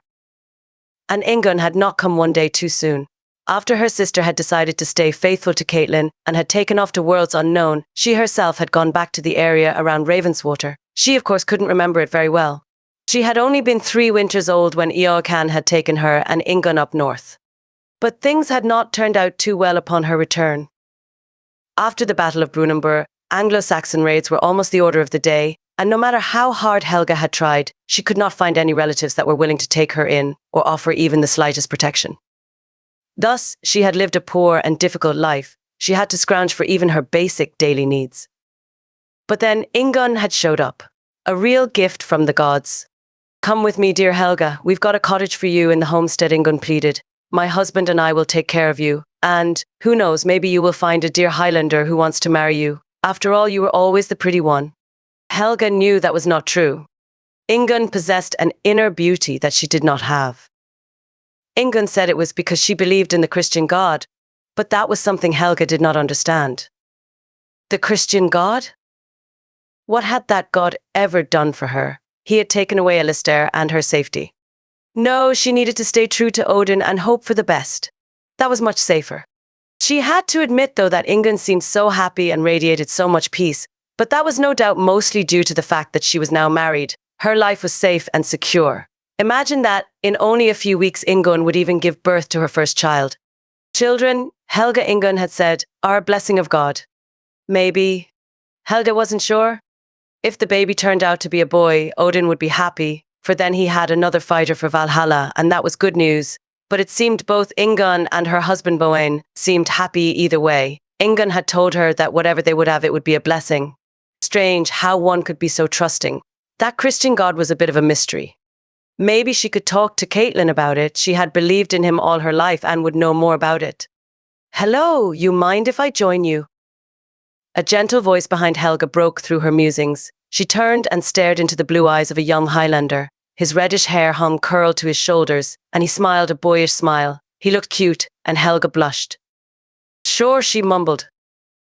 The boy cleared his throat. "I've seen you around," he mumbled. "My name is Owen." Helga tilted her head. "My name is Helga," she replied. "Nice meeting you, Owen. Are you from here? I've never seen you." "I am." His grin was as wide as the sky above. "I was born here." "I wasn't," Helga said, feeling dumb. "I heard.